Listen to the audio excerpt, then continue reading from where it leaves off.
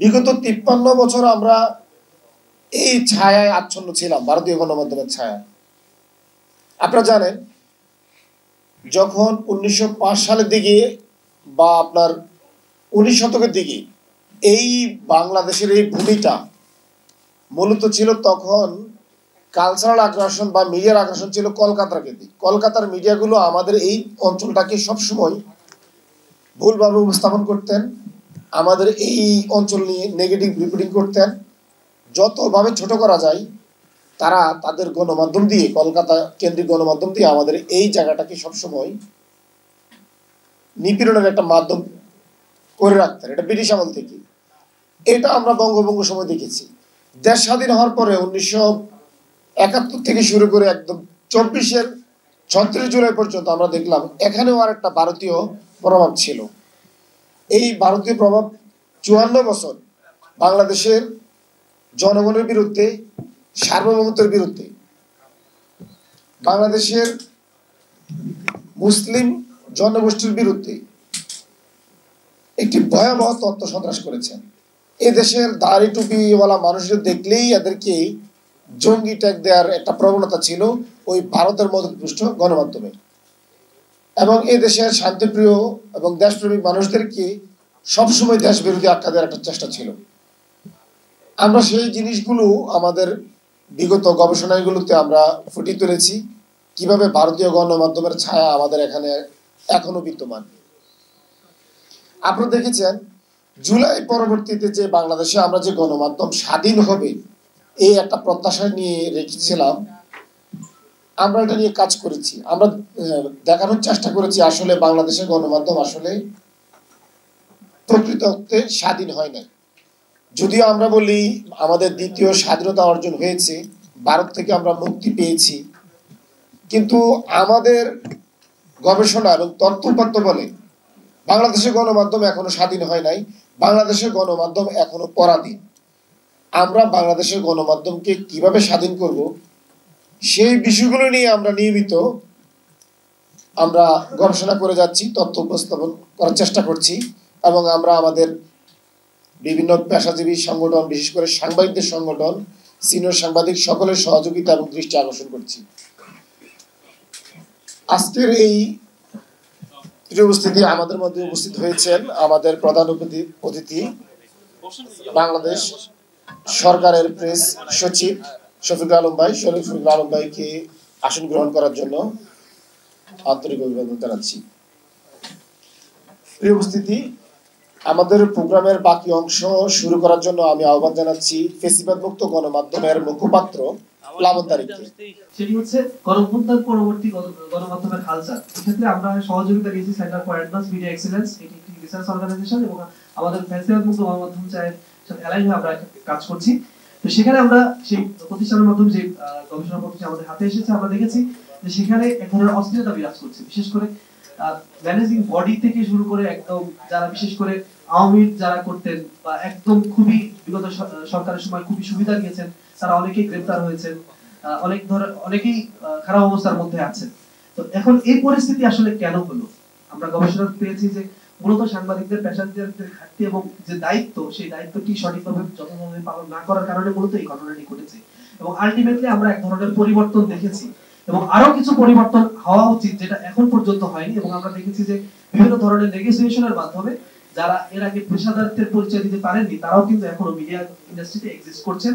সেই মালিকানা, সেই সেটআপ, সেই ধরনের ন্যারেটিভ এস্টাবলিশমেন্টের দিকেও কিন্তু এখন মিডিয়া ব্যক্তিরা তোরা ঝুঁকে পড়েছে।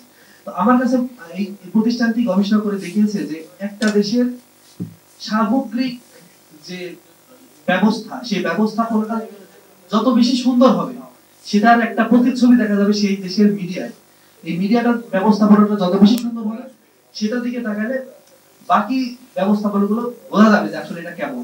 সুতরাং আমাদের দেশেও সেই ঠিক একইভাবে যদি আমরা মিডিয়াটাকে ফোকাস করি তাহলে বাকি যে জায়গাগুলো আছে, দেশের কাঠামোগত জায়গাগুলো আছে, সেগুলো কিন্তু আমরা বুঝতে পারবো। তো সেই ক্ষেত্রে আমরা আজকের আলোচনা সবাই আমরা কয়েকটি সুপারিশ আমরা পেশ করতে চাই। সেগুলো হচ্ছে যে আমাদের একক মালিকানা মিডিয়া এবং এই বিষয়টি মিডিয়াতে থাকতে হবে। আমরা দেখেছি যে বিশেষ করে মালিকানার ক্ষেত্রে সাংবাদিকদের স্বাধীনতা বা তাদের অংশীদারিত্ব না থাকার কারণে এখানে পেশাদারিত্বের ঘাটতি ঘটে। কোনো একটা নির্দিষ্ট গ্রুপ বা কোনো একটা কারণ এজেন্ডা বাস্তবায়ন করার জন্য মিডিয়াগুলো ব্যবহার হতে যেটা পেশাদারিত্বের ব্যাপক একটা ঘাটতি হয়। এবার আমরা বলতে চাই যে ফ্যাসিবাদী প্রচারক এবং যারা অ্যাক্টিভিজম করেছেন, বিশেষ করে দালাল সাংবাদিক, আমি দুঃখিত সম্পর্কে বলার জন্য আবারও দুঃখ প্রকাশ করছি, কারণ আমরা দেখেছি আসলে এটা হয়েছে মিডিয়া ইন্ডাস্ট্রিতে। তো এটা আসলে আমাদের প্রেস কাউন্সিল আছে, আবার অন্য দেশের বিভাগ বিচার ব্যবস্থা রয়েছে, কিন্তু আমরা চাই যে এইটার জন্য যারা এই ধরনের কার্যকলাপ করেছে, কিছু সাংবাদিকের কিছু খারাপ কাজের জন্য ওভারঅল সাংবাদিক কমিউনিটির একটা দুর্নাম হয়েছে। সেই জন্য আমরা চাই যে এই সমস্ত সাংবাদিকদের একটা উচ্চ আদালতের অধীনে একটা বিশেষ ট্রাইব্যুনাল গঠন করে এটা যাতে একটা এমন ভাবে বিচার করা হয় যাতে করে এই সাংবাদিক কমিউনিটিতে বজায় থাকে এবং স্বাভাবিকভাবে গোটা মিডিয়ার ক্ষেত্রে আমরা একটা সুন্দর পরিবেশ দেখতে পাই। আমরা আর বলতে চাই যে এই মিডিয়া ইন্ডাস্ট্রির ক্ষেত্রে নীতিবাজ কর্পোরেট কোম্পানি থেকে যতটা পারা যায় সরিয়ে রাখা শেষ হয়ে যাবে, সেটা ম্যানিপুলেশন হয়, পেশাদারিত্বের ঘাটতি ঘটে, এই ধরনের ঘটনাগুলো ঘটে থাকে। আমরা চাই যে ফ্যাসিবাদের যে বয়ানগুলো ছিল বিগত 16 বছরে মিডিয়া যাতে এটাকে আর কোনোভাবে এস্টাবলিশ না করতে পারে, এই জন্য আমরা মিডিয়া ইন্ডাস্ট্রির প্রতি আহ্বান জানাতে চাই তারা এর সাথে রিলেটেড যারা কাজ করছেন। বিশেষ করে আমরা দেখেছি যে এই গত 15 বছরে ফ্যাসিবাদী বয়ানের যে পুরো জাতিগত জায়গায় যে ডিভাইডেশন আর রুল পলিসি যেটা আমরা সবাই জানি, একটা এখন পর্যন্ত আমরা যদি বলি যে আমরা গণঅভ্যুত্থানের পক্ষে শক্তি, তাহলে আমরা অলরেডি ডিভাইড হয়ে গেছি। তার মানে আমাদের মস্তিষ্কে গত 16 বছর ধরে এমন কিছু জিনিস পুশ করে রাখা হয়েছে যেগুলো তো আসলে জাতিগত ঐক্যমত আমরা এখন পর্যন্ত হতে পারছি না। এটা আমার কাছে মনে হয়েছে ফ্যাসিবাদী বয়ানের যে প্রকাশ এবং এটার এস্টাবলিশমেন্ট, এটা মূলত মিডিয়ার মাধ্যমে করা হয়েছে। সেই জায়গায় আমরা নিষেধাজ্ঞা চাই। গণমাধ্যম হাউসের কাঠামোগত সংস্কার এবং সাংবাদিকদের জীবনমান উন্নত করা। আমরা জানি যে সাংবাদিকরা যদি সচ্ছল হন, একটা সুন্দর বেতন কাঠামোর মধ্যে থাকেন, তাহলে কিন্তু এই পেশাদারিত্বের জায়গাটা ধরে রাখা অনেক বেশি সহজ হয়, সুন্দর হয়, ওটা ওভারঅল মিডিয়া ইন্ডাস্ট্রির ব্যবস্থাপনাটা সুন্দর থাকে। তো আজকের আলোচনায় আমরা এই ধরনের প্রবন্ধ আপনাদের সামনে উপস্থাপন করলাম। তো সম্মানিত উপস্থিতি, আমাদের মাঝে উপস্থিত হয়েছেন আমার দেশ পত্রিকার নির্বাহী সম্পাদক আমাদের একান্ত প্রিয় সৈয়দ আব্দুল আহমেদ। এ পর্যায়ে আমি সৈয়দ আব্দুল আহমেদকে আজকে গণঅভ্যুত্থান পরবর্তী গণমাধ্যমের হালচাল শীর্ষক আলোচনা সভায় কথা বলার জন্য অনুরোধ জানাচ্ছি। গণঅভ্যুত্থান পরবর্তী সংবাদ মাধ্যম কেমন, এমন একটি আলোচনা এই মুহূর্তে এসেছে। এটা আপনারা জানেন যে কিছুদিন আগে যে মুক্ত গণমাধ্যম দিবসে রিপোর্টার্স উইদাউট বর্ডার্স যে প্রতিবেদন পেশ করেছে, তারা তাদের প্রতিবেদনে বলেছে যে বাংলাদেশ গত 1 বছরে গণমাধ্যমের ক্ষেত্রে, যে গণমাধ্যমের স্বাধীনতার ক্ষেত্রে 14 ধাপ এগিয়ে গেছে। গত 15 বছরে শেখ হাসিনার শাসনামলে 44 ধাপ পিছিয়ে পড়েছিল। তো গণঅভ্যুত্থান হয়েছে 8 মাস হয়েছে, তো এটা কিন্তু 8 মাসের এই অবস্থা। তো এখান থেকে বোঝা যায় যে গণমাধ্যম পরবর্তী আমাদের গণঅভ্যুত্থান পরবর্তী আমাদের গণমাধ্যমের অবস্থাটা কি। আমি দৈনিক আমার দেশ জানেন, আমরা গত 22 ডিসেম্বরে প্রায় 11 বছর পর প্রকাশিত হয়। আজকে কয়েক মাস হলো। তো আমরা এতটুকু বলতে পারি যে আমরা আগে যে সরকার সবসময় গণমাধ্যমের উপর একটা খড়গ হস্ত ছিল, সেটার কোনো নাম নিশানা আমরা পাইনি। কারণ সরকারের পক্ষ থেকে আজ পর্যন্ত আমরা কোনো ধরনের নির্দেশনা বা কোনো কিছু পাইনি। আমরা আমাদের মুক্ত অবস্থায় আমাদের গণমাধ্যমকে চালাচ্ছি এবং সেই ক্ষেত্রে কোনো ধরনের চাপের সম্মুখীন হয়নি। অথচ আমরা এই গত 15 বছরে আমরা দেখেছি যে বিন্দুমুখের পত্রিকাগুলো তো বন্ধ করা হয়েছে, যেগুলো ছিল সেগুলোকেও কোনো ধরনের কাজ করতে দেওয়া হয়নি। কিন্তু আজকে দেখেন যে যেভাবে পারে গণমাধ্যমে লিখছে, রেডিও, টেলিভিশন এবং সামাজিক মাধ্যমে তারা সমালোচনা করছে, সরকারের সমালোচনা করছে, সরকার ভুল করলে সঙ্গে সঙ্গে ধরিয়ে দিচ্ছে। কিন্তু এই অবস্থাটি আগে ছিল না। কিছুদিন আগে আপনারা হয়তো লক্ষ্য করেছেন যে ডেইলি স্টার একটি লিড নিউজ করে যে 266 জন সাংবাদিক ফৌজদারি আইনে মামলা হয়েছে তাদের বিরুদ্ধে। তো এই ধরনের স্বাধীনতা তারা ভোগ করছে। যে সাংবাদিকদেরকে ফৌজদারি আইনে মামলা করেছে তাদেরকে কি সাংবাদিকতার জন্য করেছে? না, তাদেরকে সবাই চিনে। এই 266 জন সাংবাদিককে তারা সবাই চিনে যে 15 বছরে তারা কি করেছে, সবার সামনে তাদের মুখোশ উন্মোচিত হয়েছে। তারা এই গণঅভ্যুত্থানে উস্কানি দিয়েছে, গণহত্যায় উস্কানি দিয়েছে। আপনারা দেখছেন গণভবনে তারা কি ধরনের তেলবাজি করেছে এবং টেলিভিশনের টক শোগুলোতে গিয়ে কি ধরনের উস্কানিগুলো বক্তব্য রেখেছে। শুধু উস্কানির বক্তব্যই নয়, বিভিন্ন ধরনের এই যে কর্মকাণ্ড তারা জড়িত ছিল। তো সেই জন্যই তাদের মামলা হয়েছে, কিন্তু এই মামলা তো সরকার দেয় নাই। এই মামলাগুলো বিভিন্ন পক্ষ থেকে যারা নির্যাতিত হয়েছে তাদের পক্ষ থেকে মামলাগুলো দেওয়া হয়েছে। তো আমি এটাই বলতে চাই যে গণমাধ্যমের স্বাধীনতা এখন কি অবস্থায় আছে সেটা এই রিপোর্টই প্রমাণ, যে তারা এই রিপোর্ট পর্যন্ত তারা করতে পারছে। তো আপনারা জানেন যে কিছুদিন আগে গণমাধ্যম কমিশন স্বাধীন সাংবাদিকতার জন্যে যে রিপোর্ট সরকারের কাছে দিয়েছে, সেই রিপোর্টে উল্লেখ করেছে যে একটা স্বাধীন গণমাধ্যম থাকতে হলে কি কি ধরনের প্রচেষ্টা নেওয়া দরকার। সেই সুপারিশমালা পেশ করা হয়েছে এবং সরকারের সুপারিশমালা পর্যালোচনা করছে। আমরা আশা করছি যে সরকার এই বিষয়ে পদক্ষেপ নেবে। তো আমি এই বলে শেষ করছি যে আরো সময় লাগবে, তবে আস্তে আস্তে আমরা যাতে একটা মুক্ত গণমাধ্যম এর পরিবেশ পাই সেই আশাবাদ ব্যক্ত করে আমি এখানে শেষ করছি। আল্লাহ। যারা জুলাই স্পিরিটকে ধারণ করে কাজ করছে, এবং আমি যতদূর জেনেছি এই সংগঠনটি মূলত জুলাইয়ের পরে যতগুলো সামাজিক সংগঠন হয়েছে সেই সামাজিক সংগঠনগুলোকে একীভূত করে সমন্বয়ের কাজ করছে। তো এখানে আমাদের ফ্যাসিবাদ মুক্ত গণমাধ্যম চাই, আমরাও ঐক্যের সাথে একমত হয়েছিলাম এক সময়। তো এই পর্যায়ে আমি কথা রাখার জন্য অনুরোধ জানাচ্ছি জুলাই ঐক্যের অন্যতম সংগঠক মোহাম্মদ আলী ইবনে মুসাদ্দিদ। বাংলাদেশে 5 আগস্টের একটি অভ্যুত্থান হওয়ার পরে যেভাবে ফ্যাসিবাদকে বিলোপ করার কথা ছিল, কোথাও না কোথাও যে সেই প্রক্রিয়াটা আটকে গিয়েছে। আমরা দেখতে পাচ্ছিলাম বিভিন্ন সেক্টরগুলোতে ফ্যাসিবাদ আবার পুনরায় মাথা চাড়া দিয়ে শক্তিশালী হয়ে উঠছিল। তখন আমরা চিন্তা করছিলাম যে রাজনৈতিক দলগুলোর বাইরে যে আমরা কিছু করতে পারি কিনা। সেই তার ধারাবাহিকতায় আমরা বিভিন্ন সংগঠনের সাথে যোগাযোগ করি এবং আজকের যে সংগঠন আজকের এই প্রোগ্রামটি আয়োজন করেছে ফ্যাসিবাদ মুক্ত গণমাধ্যম চাই, তাদের সাথে আমরা যোগাযোগ করি। তো আমরা সবাই মিলে প্রায় প্রাথমিকভাবে 35টার কাছাকাছি সংগঠন যারা জুলাই স্পিরিটকে ধারণ করে বিভিন্ন কার্যক্রম পরিচালনা করে আসছিল, তাদেরকে আমরা ঐক্যবদ্ধ করতে সক্ষম হই। পরবর্তীতে আমাদের এই সংগঠনগুলোর সংখ্যা একদিনের ব্যবধানে প্রায় 80-র কাছাকাছি চলে যায় এবং অনেক সংগঠন আমাদের সাথে এখনো যুক্ত হতে চাচ্ছে। আমরা এখনো ওইভাবে ঢালাওভাবে যুক্ত করছি না, সময় নিচ্ছি। আমাদের উদ্দেশ্য আমরা প্রথম উদ্দেশ্য নির্ধারণ করেছিলাম আওয়ামী লীগকে নিষিদ্ধকরণ এবং শাপলা গণহত্যা, জুলাই গণহত্যা, পিলখানা হত্যাকাণ্ড সহ সকল অপকর্মের বিচার এবং জুলাই ঘোষণাপত্রটা নিশ্চিত করা। আপনারা দেখেছেন আমাদের জোট গঠনের 4 বা 5 দিনের মধ্যে আমরা আওয়ামী লীগকে নিষিদ্ধ করতে সক্ষম হয়েছি। আমরা জুলাই ঘোষণাপত্রের প্রতিশ্রুতি আমরা ইতিমধ্যে পেয়েছি। গভর্নমেন্ট আমাদেরকে প্রতিশ্রুতি দিয়েছেন যে তারা 30 কার্য দিবসের মধ্যে জুলাই ঘোষণাপত্র প্রদান করবেন। আমরা সেটা অবজার্ভ করছি, তারা কতটা কাজ করছেন, কিভাবে কাজ করছেন।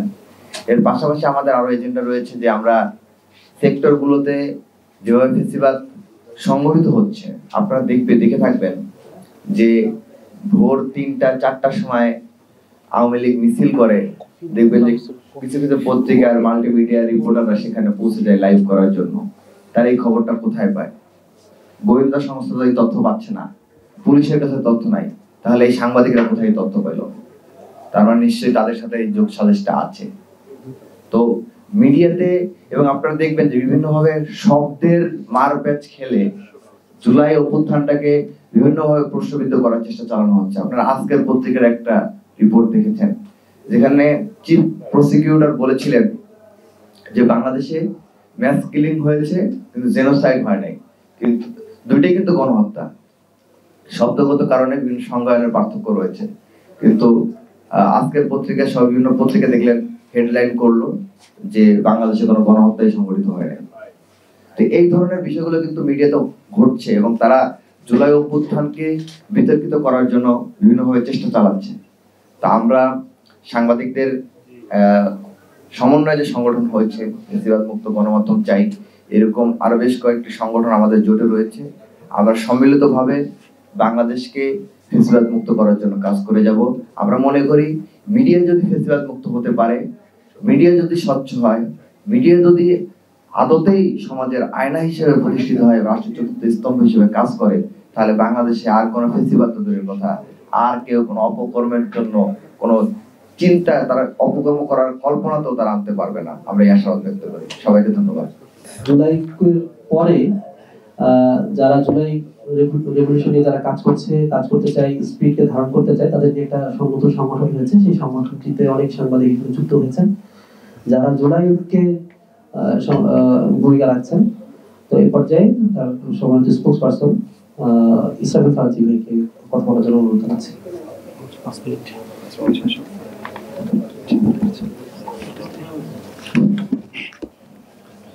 ধন্যবাদ।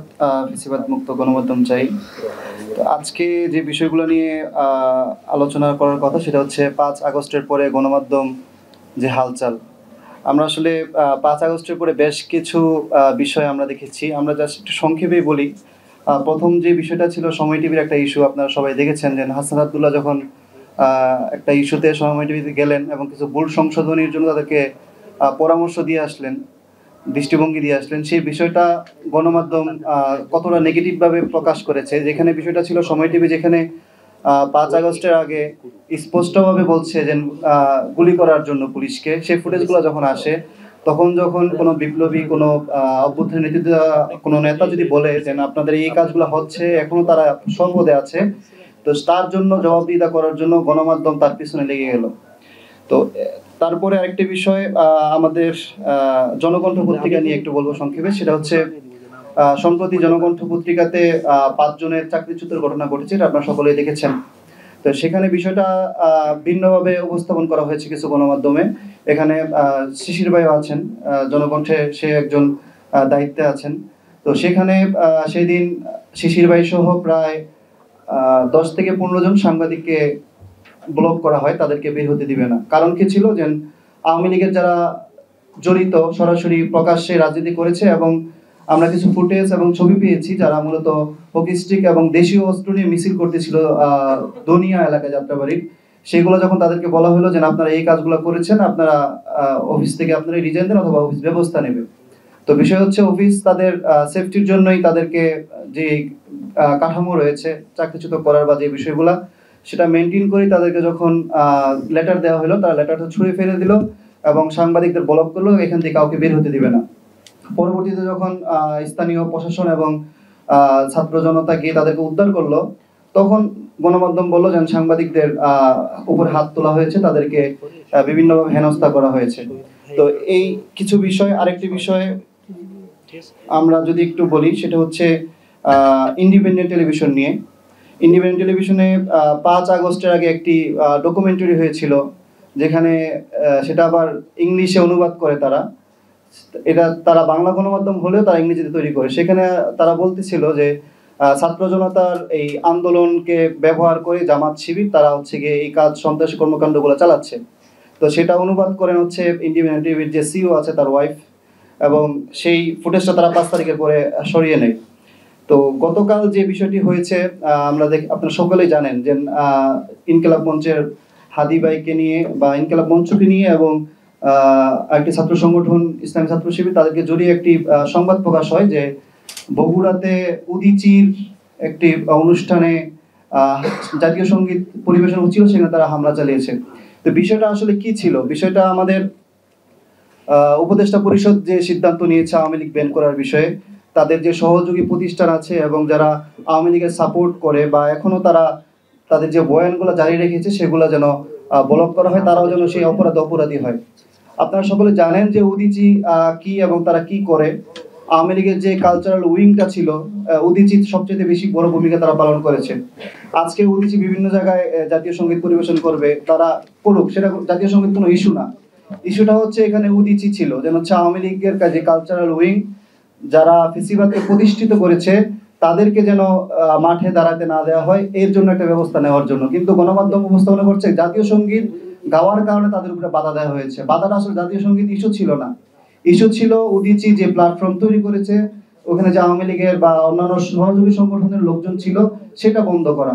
এখন সেটা না করে আপনি বলতেছেন জাতীয় সঙ্গীত গাওয়ায় বাধা দিয়ে তারা এটা করেছে, এটা তো আসলে কোনোভাবেই মানে কাম্য নয়। যখন কাউকে গ্রেফতার করা হচ্ছে, আমরা সকলেই দেখছেন যে কিছু অভিনেতা বা কিছু ব্যক্তিদেরকে গ্রেফতার করা হচ্ছে বিভিন্ন মামলাতে। তো যেটা হচ্ছে আর কি, আমরা ওই তার পেশাজীবীর পরিচয় দিচ্ছি যে হচ্ছে সে শিল্পী বা অভিনেতা, তাকে গ্রেফতার করা হয়েছে, সে ব্যবসায়ী, তাকে গ্রেফতার করা হয়েছে, সে ধর্মীয় নেতা, তাকে গ্রেফতার করা হয়েছে। আসলে তার পিছনে যে তার আরেকটা পরিচয় ছিল, সে আওয়ামী লীগের একটা পদধারী নেতা, সে আওয়ামী লীগের এমপি ছিল, সে আওয়ামী লীগের নমিনেশন কিনেছিল, সে আওয়ামী লীগের পক্ষে কথা বলেছিল, আওয়ামী লীগের জন্য স্ট্যান্ড হয়েছিল, সেইটা আমরা আসলে গোপন করে রাখছি মিডিয়াতে। তো শিরোনামগুলো যদি আমরা এভাবে দিতে পারতাম যে হচ্ছে আওয়ামী লীগের অমুক এমপি গ্রেফতার হয়েছে, তাহলে কিন্তু বিভক্তিটা তৈরি হইতো না। আমরা যেটা করতেছি যে আওয়ামী লীগের অভিনেতা, মানে আওয়ামী লীগ বলতেছি না, আমরা বলতেছি যে একজন অভিনেতা গ্রেফতার হচ্ছে। আসলে অভিনেতার তো আরো কিছু পরিচয় আছে, সে তো ছাত্র জনতার যে আন্দোলন ছিল সেটাকে প্রশ্নবিদ্ধ করেছে, একই সাথে এখনো সে তার অবস্থানেই আছে। তো এইসব বিষয়গুলো আমরা নিয়মিত দেখছি, এখনো সে অবস্থায় আছে। আমরা কিছু কিছু গণমাধ্যমে কথাও বলেছি, তারা বলতেছে যে না, আমরাও নিরুপায়, 5 আগস্টের আগে যারা ছিল তারাই আছে, তাদের সাথে আমরা কথা বলতে পারতেছি না, নিউজ ট্রিটমেন্ট যেটা দেওয়ার কথা তারা সেইভাবেই দিচ্ছে, বিভিন্নভাবে নানা কৌশলে তারা এগুলো প্রশ্নবিদ্ধ করছে। তো এখানে সম্মানিত প্রেস সচিব আছেন, আমরা আশা করব যে বিষয়গুলো একটু ভালোভাবে নজরদারি করার জন্য। আমরা আসলে বিপ্লবকে যে গণ অভ্যুত্থান হয়েছে সেটা আসলে স্বীকৃতি দিচ্ছে না গণমাধ্যম এখন পর্যন্ত। বিপ্লব তো দূরের কথা, যে গণ অভ্যুত্থানের পরে মূলত আমাদের বিপ্লবের বিষয়টা আসবে, যে আমরা বিপ্লবকে কিভাবে ধারণ করবো বা প্রতিষ্ঠা করবো, সে প্রতিষ্ঠা করতে পারছি না। আমরা অনুরোধ করব গণমাধ্যমের যে বিষয়গুলো আছে আপনি সেভাবে দেখবেন। ধন্যবাদ সকলকে। গণমাধ্যমের হালচাল শীর্ষক আজকের এই আলোচনা সভার শ্রদ্ধেয় সভাপতি, উপস্থিত প্রধান অতিথি, গণমাধ্যম জগতের আলোচিত মুখ, প্রধান উপদেষ্টার সম্মানিত প্রেস সেক্রেটারি জনাব শফিকুল আলম, বিশেষ অতিথি হিসেবে উপস্থিত আছেন পিআইবির সম্মানিত মহাপরিচালক জনাব ফারুক ওয়াসিফ, 90-এর গণ অভ্যুত্থানের রাজপথের অন্যান্য লড়াকু নেতৃবৃন্দ, গণমাধ্যম কর্মী ভাই এবং বোনেরা, আসসালামু আলাইকুম ওয়া রাহমাতুল্লাহ। আজকে একটি সময় উপযোগী বিষয়কে নিয়ে আলোচনা সভার আয়োজন করা হয়েছে, এই জন্য আমি আজকে ফ্যাসিবাদ বিরোধী, ফ্যাসিবাদ মুক্ত গণমাধ্যম চাই এই সংগঠনটিকে ধন্যবাদ জানাচ্ছি ঢাকা সাংবাদিক ইউনিয়নের পক্ষ থেকে। আমরা আলোচনা শুনছিলাম, বেশ কিছু আলোচনা আসছে যে গণ অভ্যুত্থান পরবর্তী গণমাধ্যম পরিস্থিতিটা কি, এখন গণমাধ্যমের হালচাল কি, এর বিষয় নিয়ে আলোচনা আমাদের সামনে উপস্থাপন করা হয়েছে। তো আমি এর সাথে 2-1টি বিষয় একটু যোগ করতে চাই। তো আমরা যদি গণমাধ্যম মানে গণ অভ্যুত্থানের পূর্বের অবস্থায় ফিরে যাই, এদেশের গণমাধ্যমগুলো কেমন ছিল সেখানে যদি আমাদের দৃষ্টিটা একটু নিয়ে যাই, তাহলে এখন কেমন আছে সেটি আলোচনা করা আমাদের জন্য একটু সহজ হবে, বুঝতে একটু সহজ হবে। এখানে যারা যে গণমাধ্যম কর্মীরা রয়েছেন তারা এটির ভালো সাক্ষী দিতে পারবেন, ভালো বুঝবেন বিষয়টিকে। তো আমরা দীর্ঘ 15 বছরের গণমাধ্যমের অবস্থা দেখেছি, যে গণমাধ্যম আবর্তিত ছিল এই বিগত 15.5 বছরের যে সরকার ছিল তাদেরকে ঘিরে, এবং এই গণমাধ্যমগুলো তাদেরকে ঘিরে আবর্তিত হবে সেটিতে বড় আপত্তি ছিল না, কিন্তু গণমাধ্যমের যে চরিত্র থাকবার কথা ছিল, গণমাধ্যমের যে কাজ ছিল, সেখান থেকে তারা অনেক দূরে সরে গিয়েছিল। গণমাধ্যমের মূল কাজ হচ্ছে আপনার পাওয়ারকে চ্যালেঞ্জ করা, তাদের যে ত্রুটিগুলো আছে সেগুলো, তাদের যে ভুলগুলো আছে সেগুলো তাদেরকে ধরিয়ে দেয়া, সেগুলো অনুসন্ধানের মাধ্যমে। তো আমরা দেখেছি এদেশের অধিকাংশ গণমাধ্যম বিগত সরকারের যে সরকারকে আমরা ফ্যাসিবাদী সরকার বলি, যারা 5ই আগস্টে পালিয়ে গিয়েছে, তাদের তেল দেয়া, তাদের গুণগান করা, তাদের তোষামোদি করা ছিল গণমাধ্যমের কাজ। এবং আরেকটি কাজ ছিল, তারা সেই ফ্যাসিবাদের পক্ষে বয়ান তৈরি করত। তো আমরা ধরে নিয়েছিলাম 5ই আগস্ট বিপ্লবের পরে সেই গণমাধ্যমগুলোতে পরিবর্তন আসবে। তো আমরা যদি বলি মোটা দাগে কিছু পরিবর্তন এসছে, কিন্তু প্রকৃত অর্থে গণমাধ্যমের যে পরিবর্তনটি আমরা প্রত্যাশা করেছিলাম সেই পরিবর্তন কি এসছে? আমি যদি বলি যে পরিবর্তন আসেনি। 5ই আগস্টের পরে 8 মাস যাওয়ার পরে আমরা এখন যদি আবার সেই গণমাধ্যমগুলোকে একটু সূক্ষ্ম দৃষ্টিতে মনিটর করি, তাহলে দেখব যে সেই গণমাধ্যমগুলো পুরানো ধারায় ফিরে যাওয়ার চেষ্টা করছে। আপনি দেখবেন যে রক্তক্ষয়ী গণ অভ্যুত্থানের মধ্য দিয়ে বাংলাদেশ একটি নতুন বাংলাদেশে রূপান্তর লাভ করেছে, সেই গণ অভ্যুত্থানকে এদেশের অনেক গণমাধ্যম আছে, তারা গণ অভ্যুত্থান বলতে চান না। তারা এটিকে কেউ কেউ পট পরিবর্তন বলেন। সেই ফ্যাসিবাদী হাসিনাকে ফ্যাসিবাদ বলতে চান না, তাকে এখন সাবেক প্রধানমন্ত্রী বলতে তারা স্বাচ্ছন্দ্য বোধ করেন। এর মানে হচ্ছে যেই বয়ান তারা দীর্ঘ 15 বছর তৈরি চেষ্টা করেছিলেন, সেই বয়ান তৈরি করবার আবারও একটি হীন চেষ্টা তারা চালিয়ে যাচ্ছেন। এর মানে হচ্ছে যে গণমাধ্যমের আমরা যেই পরিবর্তন প্রত্যাশা করেছিলাম সেই পরিবর্তনটি আসেনি।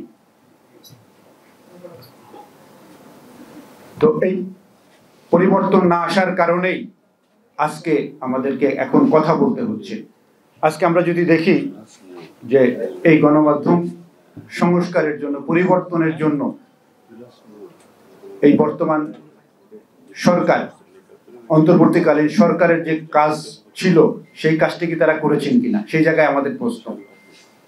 তো আমরা যদি বলি, অনেকে বলে যে গণমাধ্যম সংস্কারের জন্য একটি কমিশন হয়েছে, সেই কমিশন একটি রিপোর্ট দিয়েছে, তারা দীর্ঘদিন চেষ্টা করে একটা রিপোর্ট দিয়েছে। আমি যদি বলি যে গণমাধ্যম সংস্কার কমিশন তাদের আসল কাজটি করেন নাই, তারা যে কাজটি করেছেন সেটি একটি স্বল্পকালীন সরকারের কাজ নয়। তাদের মূল কাজ যেটি ছিল, সেই গণমাধ্যমের যেই জায়গায় সংস্কার করার কথা ছিল সেই জায়গায় তারা হাত দেননি। যার কারণে আজকের এই গণমাধ্যমগুলো পুরানো ধারায়, গণমাধ্যম কিছু কর্মী যারা রয়েছেন, একটি বড় অংশ রয়েছেন যারা বিগত সরকারকে আমি বলি ফ্যাসিবাদের দানবে পরিণত করবার জন্য যারা রাত দিন কাজ করেছেন, তাদের হাতে এখনো অনেক গণমাধ্যম রয়েছে। তারা কয়েকদিন খানিকটা চুপ ছিলেন, এখন তারা নানা কৌশল করে সেই ফ্যাসিবাদকে ফিরিয়ে আনবার জন্য, তাদের সশরীরে না হলেও তাদের বয়ান ফিরিয়ে আনবার জন্য তারা চেষ্টা করছেন। তো এই সংস্কার কমিশনের কি কাজ ছিল সেটি যদি আমরা আগে একটু বিচার করতে যাই, যে সংস্কার কমিশন এখন এই গণমাধ্যমের বেতন কাঠামো কেমন হবে, তাদের পদবি কেমন হবে, গণমাধ্যমের চরিত্র কেমন হবে, সেগুলো নিয়ে তাদের একটা প্রস্তাবনা আছে। এটিকে আমরা স্বাগত জানাই, সাধুবাদ জানাই। বেতন কাঠামো নিয়ে তারা কথা বলেছেন, সাধুবাদ জানাই। কিন্তু যারা ফ্যাসিবাদে পরিণত করেছিল গণমাধ্যমকে এবং এই বিগত সরকারকে, তাদের সংস্কারের জন্য আপনারা কি করেছেন, আমরা যদি সেই সংস্কার কমিশনের কাছে জিজ্ঞেস করি, তারা একটা উত্তর দিতে পারবে না। কারণ যাদেরকে নিয়ে কমিশন করা হয়েছে, আমি বলি তারা এদেশের ভালো তাত্ত্বিক সাংবাদিক, কিন্তু মাঠে সাংবাদিকতা তারা কতটুকু করেছেন এটি নিয়ে আমার যথেষ্ট প্রশ্ন আছে। সেটি আপনারা এখানে যারা আছেন তারাও জানেন। যার কারণে এমন একটি রিপোর্ট দিয়েছে সেখানে সেই ফ্যাসিবাদের দোসর সাংবাদিকদের সংস্কার করবার জন্য তাদের কোনো প্রস্তাবনা নাই সেখানে। যার কারণে আজকে আবারও সেই ফ্যাসিবাদের দোসর সাংবাদিকরা মাথাচাড়া দিয়ে উঠবার চেষ্টা করছে। প্রিয় উপস্থিতি, আমি এজন্য বলতে চাই যে সেই সংস্কার কমিশনের কাজ ছিল বিগত সরকারের আমলের গণমাধ্যমগুলো মনিটর করা, কারা কারা এই কাজগুলো করেছে তাদেরকে চিহ্নিত করা, তাদেরকে পরিষ্কার বলে দেয়া যে আপনারা যদি সাংবাদিক হিসাবে সাংবাদিকতার কাজ, গণমাধ্যমে কাজ করেন, সাংবাদিক হিসাবে কাজ করতে চান, আমাদের আপত্তি নাই। আপনারা যে ভুল করেছেন সেটার জন্য ক্ষমা প্রার্থনা করে সাংবাদিক হিসাবে কাজ করুন। আপনারা যদি ফ্যাসিবাদের দোসরের ভূমিকায় থাকতে চান তাহলে সেটি পরিষ্কার করুন, সেটি সিদ্ধান্ত জনগণ নেবে, এদেশের মানুষ নেবে। তো সেই কথাটি তাদের বলা উচিত ছিল, সেই কাজটি করেনি, যার কারণে আজকে আবার গণমাধ্যম নিয়ে আমাদের সেই শঙ্কার মধ্যে পড়তে হচ্ছে। প্রিয় উপস্থিতি, তো এখন আমাদের কি করণীয়? এখন এই মুহূর্তে আমাদের কি করণীয় আছে? আমরা যদি বলি যে এই গণমাধ্যমকে সঠিক দ্বারায় পরিচালিত করবার জন্য, গণ অভ্যুত্থানের পক্ষের শক্তি হিসাবে কাজ করবার জন্য, গণমানুষের স্বাধীনতার, বাক স্বাধীনতার জন্য কাজ করবার জন্য তাদেরকে এখন যেই সংস্কার কমিশন আছে, সেই সংস্কার কমিশন যে প্রস্তাবনা দিয়েছে, আমি তাদেরকে আবার অনুরোধ করব আপনারা সেই প্রস্তাবনার সাথে আবার নতুন করে এই গণমাধ্যমগুলোকে বিগত দিনের কার্যক্রম মনিটর করে আরেকটি রিপোর্ট দেন, কারা কারা এই ফ্যাসিবাদের দোসরের ভূমিকায় ছিল। আমরা তো এই জাতীয় প্রেস ক্লাবে বসে, জাতীয় প্রেস ক্লাব একটা তালিকা প্রকাশ করেছে যারা যারা ফ্যাসিবাদের দোসর ছিল, কিন্তু সরকার যেখান থেকে এই সংস্কার কমিশন করেছে তারা পারে নাই কেন এই ফ্যাসিবাদের একটি তালিকা তৈরি করতে? তারা কি কাজটি করেছে? এই প্রশ্ন আমার থাকলো। তো সুতরাং আমি বলবো যে এই গণমাধ্যমকে সংস্কার করবার জন্য, এই দেশের সার্বভৌমত্ব, স্বাধীনতা এবং গণ অভ্যুত্থানকে যদি আমাদের ধারণ করতে হয় তাহলে গণমাধ্যমের সংস্কার এখনো বাকি আছে, সেই সংস্কারগুলো করতে হবে। সেই প্রত্যাশা রেখে আমি আমার বক্তব্য শেষ করছি। সবাইকে ধন্যবাদ। আসসালামু আলাইকুম ওয়া রাহমাতুল্লাহ। গত ফ্যাসিবাদী সরকার যে দীর্ঘ সময় ধরে ক্ষমতা থাকার কারণে এই ব্যবস্থাটা মানে সব ক্ষেত্রে জেগে বসেছিল। আমাদের শুধু গণমাধ্যম অঙ্গনে না, আমরা সব ধরনের পেশাজীবীদের মধ্যে, শিক্ষক বলি, ইঞ্জিনিয়ার বলি, ডাক্তার বলি, সব ক্ষেত্রেই জেগে বসেছিল। ঠিক গণমাধ্যমও জেগে বসেছিল। আসলে এই গণমাধ্যম তো সমাজেরই একটি অনুষঙ্গ। সমাজ যখন আক্রান্ত হয়, গণমাধ্যম তো এর বাইরে থাকার কথা না। অনেকে বলতেন যে আসলে সাংবাদিকদের এই অবস্থা কেন, গণমাধ্যমের এই হাল কেন?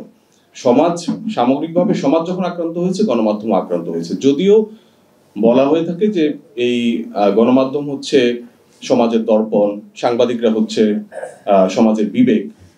এই বিবেক যখন আসলে একেবারে নষ্ট হয়ে যায় এবং এই দর্পণের মাধ্যমে যখন সমাজের আসল চিত্র ফুটে না ওঠে, তখন আসলে মানুষের কোনো ভরসা থাকে না, এবং সেই ভরসাটি নষ্ট হয়ে যাওয়ার কারণেই এরকম একটা ফ্যাসিবাদী ব্যবস্থার তৈরি হয়েছে এবং একটা রক্তক্ষয়ী গণ অভ্যুত্থান হতে হয়েছে।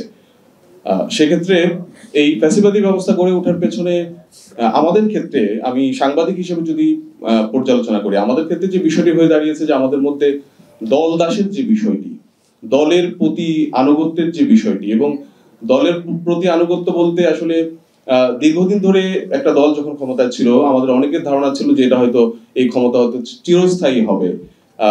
সেক্ষেত্রে ক্ষমতার আশেপাশে থেকে যতটুকু সুযোগ সুবিধা নেওয়া যায়, সেজন্য আমরা আসলে চাটুকারিতা, চামবাজিতার একেবারে প্রতিযোগিতায় নেমে গেছি। আমরা কোনো সীমা রেখা রাখি নাই।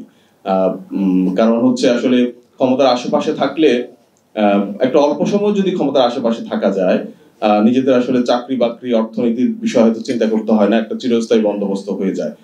তো সেই চিন্তা থেকে আমরা আসলে এখনো সরে এসেছি কিনা, এখনো আমরা আমাদের আসলে এই সাংবাদিক হিসাবে আমার পরিচয় থেকে আমার দলীয় পরিচয়টা কি আসলে বেশি সামনে আসে কিনা, যেটা গত 15 বছরে এসেছে সব ক্ষেত্রে। একজন শিক্ষক, একজন ডাক্তার, একজন ইঞ্জিনিয়ার, একজন সাংবাদিকও তার আসল পেশাগত পরিচয় থেকে তার দলীয় পরিচয়টা বেশি সামনে এসেছিল, যার কারণে ওই তার পেশাগত অবস্থানটি নষ্ট হয়ে গেছে। এখনো আসলে ঠিক সেরকম ব্যবস্থাটি আছে কিনা আমার মনে হয় সেটি এখনো আমরা হয়তো অনেক ক্ষেত্রে সেটি দেখতে পাই যে আমাদের আসলে কে কোন দলের, কে বিএনপির, কে জামাতের, কে বাম দল করে, এই বিষয়গুলো আমাদের অনেক সময় পেশাগত অবস্থা ছাপিয়ে এই দলের পরিচয়গুলো সামনে চলে আসে। এইগুলো যদি সামনে থাকে তাহলে আসলে আমার পেশাগত অবস্থানটা মূর্খ হয়ে যায়।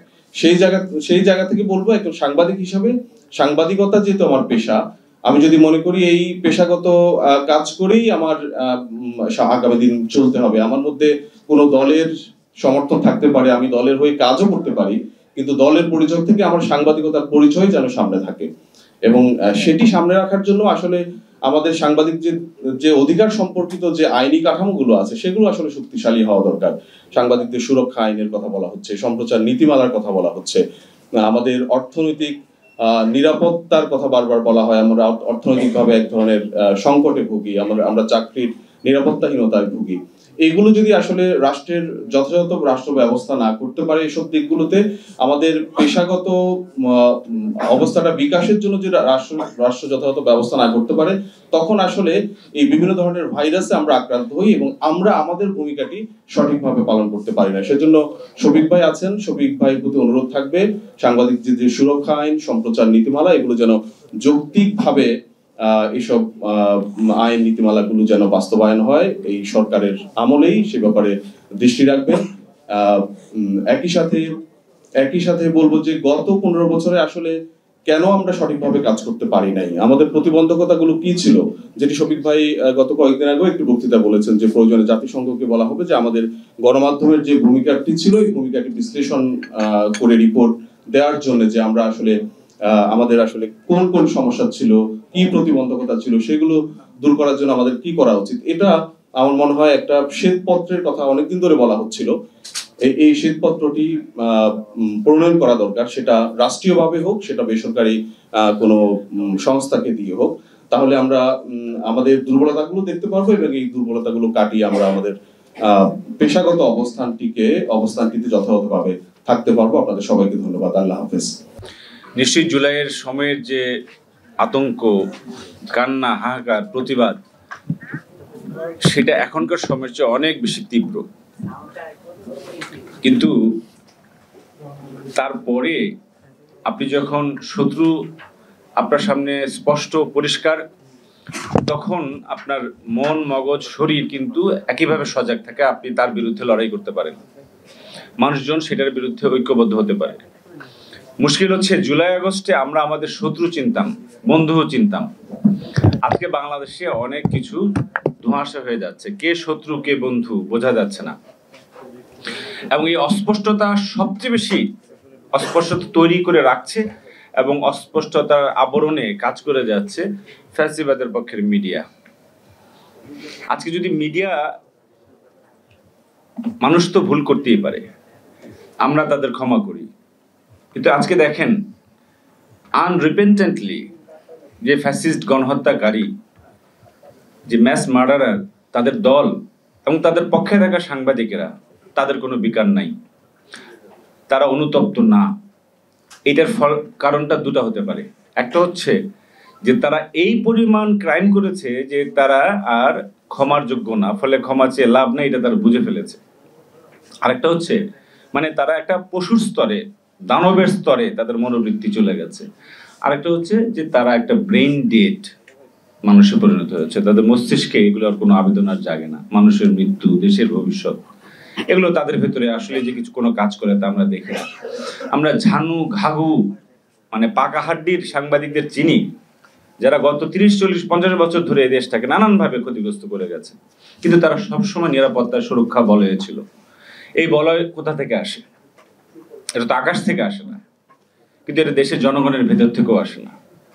এখানে 90-এর পরে কর্পোরেট এবং সিভিল সোসাইটির একটা পরজীবী অংশ, বিদেশমুখী অংশ এবং বিদেশি পরাশক্তি মিলে কিন্তু মিডিয়ার ভিতরে একটা ইঞ্জিনিয়ারিং করে, সেটাকে আমরা পরের দিকে আলোকিত মিডিয়া বা ইত্যাদি হিসেবে চিনেছি এবং তারা নিজেদেরই নাম দিয়েছে আলোকিত, সুবোধ। আপনি 19 শতকে যখন কলকাতায় ব্রিটিশ কলোনি প্রতিষ্ঠিত হয়, তখন তার আগের যুগকে বলা হতো অন্ধকার যুগ, মধ্যযুগ, খারাপ লোক, সিরাজউদ্দৌলা খারাপ, মধ্যযুগ খারাপ, সুলতানি আমল খারাপ, কলকাতা হচ্ছে আলোকিত, সভ্য। আমরা আজকে যারা যে সভ্য, আলোকিত গণমাধ্যম এবং সেই সমাজ এবং যারা নাকি সুবোধ বলে নিজেদের পরিচিত করে, তারাই তো দেখলাম যে এই ফ্যাসিবাদের সবচেয়ে বড় বাহন ছিল। কিন্তু এদের অদ্ভুত অলৌকিক ক্ষমতা, এরা গৌতম বুদ্ধের হংসের মতো, এনাদের গায়ে কোনো দাগ লাগে না, এনাদের পালক শুভ্র থাকে, এনাদের আবার ধুয়ে মুছে সাফ করে হাজির করা হয়। তো সেখানে আমার প্রশ্ন, আমরা সংস্কার করছি, আমরা ন্যায় বিচারের কথা বলছি, কিন্তু প্রাথমিক একটা সাধারণ কাণ্ডজ্ঞানের কথাটা আমরা ভুলে যাচ্ছি। সেটা হচ্ছে যে আপনি সংস্কার কখন করবেন? আপনার তো সংস্কার শব্দটা তো মানে এই জুলাই আগস্টের আগে ছিল না আমাদের মাথায়। রাজনৈতিক দলের দাবি দেওয়ার মধ্যে ছিল, 3 দফা বা ইত্যাদির মধ্যে ছিল না, 9 দফার মধ্যে ছিল না, ছিল হচ্ছে ফ্যাসিবাদী কাঠামো বিলোপের কথা। ফ্যাসিবাদী কাঠামো যদি বিলোপ না করেন, আপনি কিসের উপর সংস্কারের খুঁটি পত্তন করবেন? আপনার ভীতি তো ভেজালে আছে।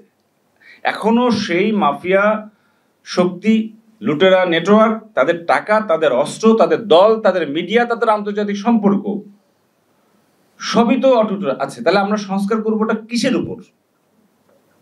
নাকি এই সংস্কারগুলো 1991 সালে যেরকম একটা হয়েছিল, যে একটা সিভিল সোসাইটির মানুষজন তারা অনেক ভালো ভালো চিন্তা করেছিল, সেগুলো এখন 8-9 খণ্ডে বাঁধানো আছে। আমাদের পিআইবি লাইব্রেরিতে গিয়ে এক কোনায় গিয়ে আবিষ্কার করলাম যে সেগুলো আবার আছে। কেউ পড়তে আসে না ওগুলো ভাই। আমি খোঁজও নিলাম যেগুলো কেউ খোঁজ করে কিনা, কেউ খোঁজ করতে আসে না। তাহলে কি আমরা 3 মাস পর, 3 বছর পর হতাশ হওয়ার চেয়ে আজকে হতাশার কথা বলা ভালো? কারণ এখনো আমাদের সুযোগ আছে। এটা খুবই ন্যায্য কোশ্চেন যে গণমাধ্যমে কি হয়েছিল, সেই শ্বেতপত্র কেন আসে নাই? আমরা পিআইবির ভেতর থেকে কিছু কাজ করেছি। আমরা এই সময় দেখেছি গত 6 মাসে দেশের বাইরে থেকে সবচেয়ে বেশি অপতথ্য তো দেশের বাইরে থেকে এসেছে, সেটা প্রতিবেশীদের দিক থেকে এসেছে। কিন্তু আমাদের দেশে যারা নাকি সবচেয়ে বিশ্বাসযোগ্য মিডিয়া, সবচেয়ে বহুল প্রচারিত মিডিয়া, দেখা গেছে তারাই আছে 1 নম্বরে অপতথ্য। তাদের প্রিন্টে সমস্যা কম। প্রিন্টে মানে আপনি যেটা আমরা আমাদের বন্ধুরাও বললেন যে প্রিন্টে আছে, হ্যাঁ, তারা জুলাই পট পরিবর্তন বলে, তারা প্রাক্তন প্রধানমন্ত্রী ইত্যাদি বলে, এগুলো ঠিক। তারা এখনো এই গণঅভ্যুত্থান যে একটা জাতীয় জীবনের মুক্তির একটা প্রথম ধাপ ছিল, সেটা হিসেবে স্বীকার করে না অনেক সময়। তারা এটাকে আরেকটা ষড়যন্ত্র তত্ত্ব দিয়ে ব্যাখ্যা করে। তাদের হয়তো কষ্ট হয় মানতে। এখন এই কষ্টের জবাবে একটা কথাই বলতে হয়, আমরা টম অ্যান্ড জেরির বা কার্টুন ছবি দেখেছি যে ওই কার্টুন চরিত্রটা দৌড়াতে দৌড়াতে পাহাড় থেকে এত জোরে দৌড়াচ্ছিল যে অনেক দূর, মানে সে যে শূন্যে লাফ দিয়ে ফেলছে সেটি আর পাচ্ছে না, সে তখনও দৌড়াচ্ছে। তারপর কিছু দূর যায়, অনেকক্ষণ পর ঠাস করে সে পড়ে যায়। তাদের পায়ের তলার মাটি নাই, কিন্তু তারা মনে করছে যে তারা এখনো সার্ভিস দিয়ে যাবে ফ্যাসিবাদকে। এখানে রাজনৈতিক দল বলেন, নেতা নেত্রী বলেন, আমাদের অনেকেরই অনেক ভুল হতে পারে, কিন্তু এই দেশটা এমন একটা দেশ যে পুরা জাতি যখন কোন একটা বিষয়ে একমত হয়, সেই বিষয়ে তারা শেষ দেখে ছাড়ে। জুলাই আগস্টে সেটা তারা দেখিয়েছে, মুক্তিযুদ্ধেও তারা দেখিয়েছে। এবং যারা ক্ষমা চায়নি তাদের ক্ষমা করার এত দায়ক আমরা কেন নিব? এটা তাদের প্রশ্ন যে তারা ক্ষমা চাচ্ছে কিনা। অনেকে বলেন যে আচ্ছা ওই দল কি করবো? প্রথমত তো ওই দলকে ঠিক করতে হবে। ওই দল তো 6 মাস গেল, 9 মাস গেল, ওই দল তো ক্ষমা চায়নি। তার মানে ক্ষমা চায়নি, উল্টে তারা হুমকি দামকে অব্যাহত রেখেছে। তারা নানা রকম আনরেস্ট তৈরি করে সরকারকে কার্যক্রম চালাবার জন্য, মানুষের মধ্যে আস্থা আনাবার জন্য তারা যাতে না পারে সেই রকম কার্যক্রম তারা চালিয়ে যাচ্ছে। এখন এই যে ফ্যাসিবাদ কোনোভাবেই সম্ভব ছিল না যদি গণমাধ্যম তাকে সহযোগিতা না করতো। এবং ফ্যাসিবাদের যে প্রবণতা, আপনি দেখবেন যে উস্কানি দিয়ে দেওয়া, আপনি একটা ঘটনাকে ডিস্টর্ট ভাবে হাজির করা, কলাম লিখে বলা হলো। আজকে এমনও উদাহরণ এসেছে যে আবরার ফাহাদকে যেভাবে হত্যা করা হয়েছে, সাম্যকেও নাকি সেভাবে হত্যা করা হয়েছে। দুটি কি কোনো তুলনীয় ঘটনা? আমরা দেখেছি গত 9 মাসে, জুলাই মানে আগস্টের পর থেকে যে এই পর্যন্ত 38টি ঘটনা ঘটেছে, জুলাইয়ে যোদ্ধাদের উপর হামলার ঘটনা। 38টি ঘটনা, যেখানে প্রায় 78 জন আহত, 2 জন নিহত, সাম্য সহ। তার মানে এইটা কেউ বলতে পারে এটা অমুক হামলা করছে, আমি কোনো নাম নিচ্ছি না, কিন্তু আমাদের কাছে বিষয়টা হচ্ছে এরকম যে যদি আমরা সজাগ না থাকি, এই জুলাই যোদ্ধাদের একটি একটি একটি একটি একটি করে সরকার ক্ষমতায় থাকবে, নির্বাচিত সরকারও ক্ষমতায় আসবে হয়তো, কিন্তু জুলাই যোদ্ধাদের নিশানা করা কিন্তু বন্ধ হবে না যদি না আমরা এইটা বিষয়ে সজাগ থাকি এবং মিডিয়াকে এই জায়গায় সজাগ না রাখি। মিডিয়া যদি এই খবরগুলো ঠিক মতো না আসে, তাহলে এখন আমাদের তো লড়াই তাহলে শেষ হয় নাই। এখানে মানুষের আবেগ ব্যবহার করে উস্কানি হচ্ছে, ষড়যন্ত্র করে উস্কানি হচ্ছে, টাকা দিয়ে উস্কানি হচ্ছে, অনেক রকম হচ্ছে। কিন্তু শুধু ষড়যন্ত্র তত্ত্ব দিয়ে আমরা এটা বলতে চাই না। আমরা পরিষ্কারভাবে জানি যে যতক্ষণ না বিচার হবে, যতক্ষণ না সত্যিকার অর্থে আপনি ফ্যাসিবাদী কাঠামোকে দুর্বল করে ফেলতে পারবেন, থাকবে হয়তো তারা সমাজে সবকিছুই থাকে, ততক্ষণ পর্যন্ত আমাদের এই নিরাপত্তাটা আসবে না। এবং গণমাধ্যমে এমন একটা স্পর্শকাতর জায়গা যে সেখানে আপনি কিন্তু অন্যান্য ক্ষেত্রের মতো ক্রিমিনালাইজ করে তাদেরকে মানে ধরে বেঁধে শাস্তি দিতে পারেন না। এটার জন্য পাল্টা গণমাধ্যমের কাজ, পাল্টা ন্যারেটিভ তৈরির কাজ, এবং কি যে সোশ্যাল মিডিয়া যেটা আসলে মূলত মূল জায়গা, সেই জায়গায় আমাদের আরো দায়িত্বশীল হয়তো হওয়ার দরকার আছে। যার যার দলীয় মানে ঝান্ডা তুলে আমাদের মধ্যে কিন্তু কালচারাল কনফ্লিক্ট তৈরি করা হয়েছে, পলিটিক্যাল কনফ্লিক্ট তৈরি করা হয়েছে, বিপ্লবের নামেই করা হয়েছে। মানে যারা যত বেশি বিপ্লবী, তিনি চেষ্টা করেছেন যে অমুক দল হচ্ছে প্রতি বিপ্লবী, আমি বেশি বিপ্লবী। এইটাই ছিল ফ্যাসিবাদের পক্ষের আবহাওয়া, হাওয়া দেওয়া। এটা আমাদের আইডিওলজিক্যাল কোনো কাজ না।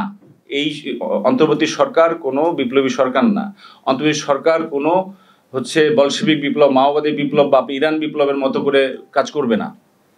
তারা যেটা করবে, রাষ্ট্রটাকে একটা রাষ্ট্রের জায়গায় ফেরত আনবে, রাষ্ট্রটাকে একটা অসুস্থ থেকে সুস্থ করার জায়গায় নিয়ে আসবে, এবং তারা কিছু আগাছা পরিষ্কার করার কাজ করবে, আমাদের ট্র্যাকে ফেরত নিয়ে আসার কাজ করবে। সেই কাজটাই তারা করবে। এখানে কোনো আইডিওলজিক্যাল ব্যাপার নাই যে আপনি কোন ধরনের সংবিধান, আপনি ইসলাম বা ধর্মনিরপেক্ষতা, এগুলো কিন্তু আমাদের এখনকার কাজ না। আপনার যখন বাড়িতে ডাকাত আসে তখন কিন্তু আপনি মানে যে অবস্থায় থাকেন সেই অবস্থায় দৌড় দেন, তখন আপনার অজু করে বা টুপি পরে সময় হয়তো থাকবে না। আমরা সেরকম একটা যুদ্ধের মধ্যে আছি। আমরা ধরে নিচ্ছি যে আমরা বিজয়ী হয়েছি। এটা কি এত সোজা ব্যাপার বিজয় যে আপনি 1.5 মাস লড়াই করলেন আর এত 15-20 বছরের মানে একটা মানে গভীরে চলে যাওয়া, এবং সেই গভীরে তো আমাদের মগজেও চলে গেছে। বাংলাদেশে কোনো নরম পন্থা কাজ করছে না। ফ্যাসিবাদী পন্থায় ফ্যাসিবাদী সরকার যেভাবে আন্দোলনকে ট্রিট করতো সেভাবে ট্রিট না করলে কেউ কথা শুনছেন, বুঝতেও চাচ্ছে না। তার মানে আমরাও একই পদ্ধতিতে অভ্যস্ত হয়ে গেছি। ফ্যাসিবাদ তো একটা মানে মানসিকতা, এটা তো অমুক ব্যক্তি তমুক ব্যক্তি না। এবং আমরা হাইপার অবস্থায় আছি, পুরো ইয়াংরা হাইপার অবস্থায় আছে, এবং তাদেরকে হাইপার রাখা হচ্ছে। মগজে প্রতি রাতে করে দেখবে যে নানান উস্কানি, নানান কিছু চলছে। তো যেটা বলছিলাম যে এই জাতীয় জিনিসগুলো এখন আমরা কি করতে পারি, তারা নতুন নতুন মিডিয়া খুলছে। অভ্যুত্থানের পক্ষে বাংলাদেশ পন্থার পক্ষের মিডিয়া কিন্তু আসতে পারে না এখনো, কিন্তু তারা আগে তো ছিলই। অনলাইনে বিভিন্ন রকম জিনিস, নতুন নতুন গ্রুপ খুলে তারা সক্রিয়, তাদের টাকা আছে, তাদের ধরা যাচ্ছে না। এবং আমাদের একদল লিবারেল মানুষ যারা আমাদের বন্ধু, তারা না বুঝেই কখনো রবীন্দ্রনাথের পক্ষ নেওয়ার নামে, কখনো মুক্তিযুদ্ধের পক্ষ নেওয়ার নামে তাদের সারিতে তাদের দাঁড়াবার সুযোগ করে দিচ্ছে। 3 জন ভালো লোকের সঙ্গে একজন ফ্যাসিস্ট সাংবাদিক বা বুদ্ধিজীবী এসে দাঁড়াচ্ছে, কথা বলছে। তো এগুলো তো ছাত্রলীগ যেভাবে এগুলো ট্রিট করতো, এই অভ্যুত্থানের পক্ষের মানুষ তাদেরকে ওইভাবে ট্রিট করা উচিত না। আমি নিন্দা করি যেখানে হামলা হচ্ছে যাদের সঙ্গে, নিন্দা করি, কিন্তু এদের বিষয় তো আমাদের নাম ধাম তালিকা তো স্পষ্ট রাখা উচিত, এদের আমল নামাগুলো তুলে রাখা উচিত। এবং সে জায়গায় মিডিয়া সংস্কার কমিশনের যে সমালোচনা আমার বন্ধু করলেন, বড় ভাই করলেন, সম্পূর্ণ হক কথা, সম্পূর্ণ জায়েজ কথা। শুধু ভালো মানুষ হওয়ার দায় ইন্টারিম সরকারের, আর সবাই সব রকম করে যাবে, এটা তো হইতে পারে না। সরকারের যে কোনো সমালোচনা এখন ওপেন এবং সমালোচনা করার যোগ্য। কালকে একজন বলল, হ্যাঁ আপনারা তখন এটা করেছেন, এখানে কেন এটা করেছেন। হ্যাঁ, সঠিক সমালোচনা।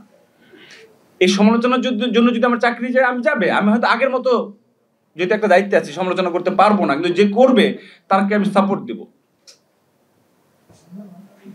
আমাদের নিজেদের দুর্বলতা গোপন করার কিছু নাই, কিন্তু তার চেয়ে বড় হচ্ছে যে আমার দুর্বলতাকে দিয়ে যদি আপনি অমুক রেজিম ভালো ছিল সেটা বলেন, এটা হবে আত্মঘাতী।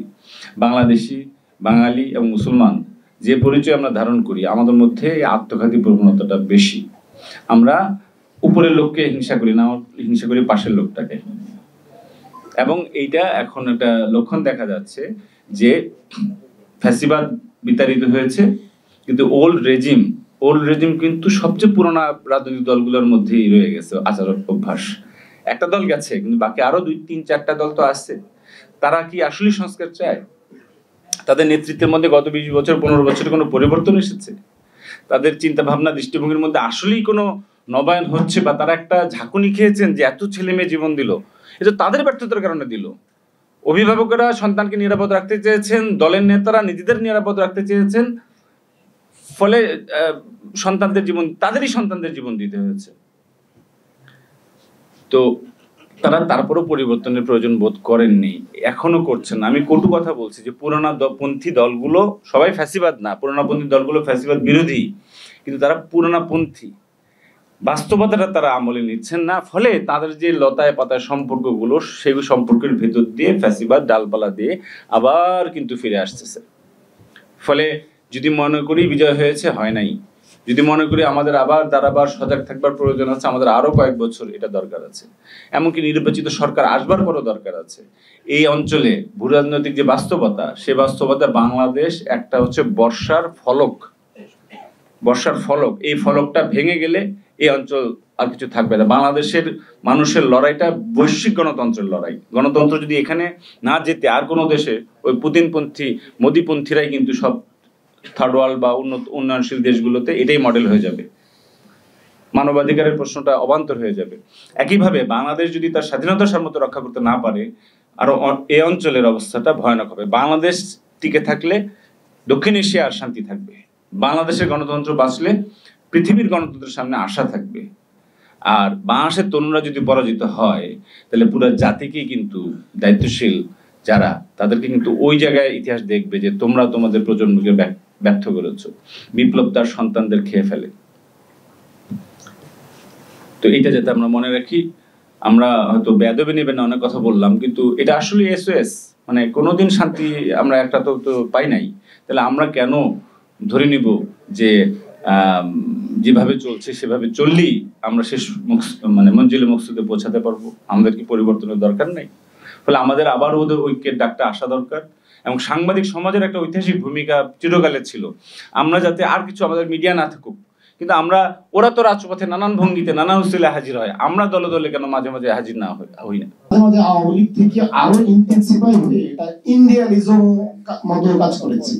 এটাও জার্নালিজম ছিল না, এটা ছিল একটা ইন্ডিয়ালিজম, মানে ইন্ডিয়ান গণমাধ্যম, ইন্ডিয়ান বয়ান, ইন্ডিয়ান আচার অনুষ্ঠান সবকিছুই আমাদেরকে জোর করে আমাদেরকে এগুলো খাইতে বাধ্য করেছে, এই আমাদের এই ফেসিলিটি গণমাধ্যম।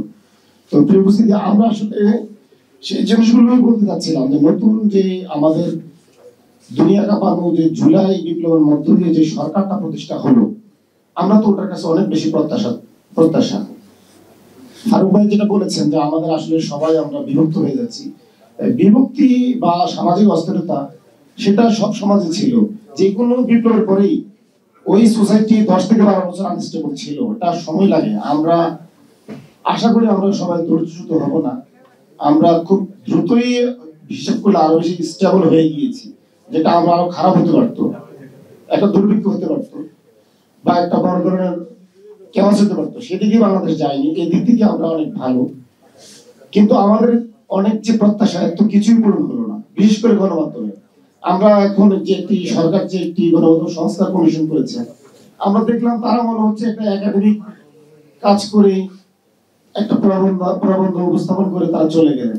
তারা গণমাধ্যমের যে 17 বছর যে দোষর, যারা নিজেদেরকে সাংবাদিক পরিচয় না দিয়ে তারা অনেকটা মিডিয়া লিগ পরিচয় দিতেন, প্রেস কনফারেন্সে গিয়ে তাদের দলীয় পরিচয় উপস্থাপন করতেন। আমি অমুক কলেজে অমুক বিশ্ববিদ্যালয়ে আমি ছাত্রলীগের এই পদে ছিলাম, পিএম আপনাকে আমি আজকে পেয়ে খুবই ধন্য।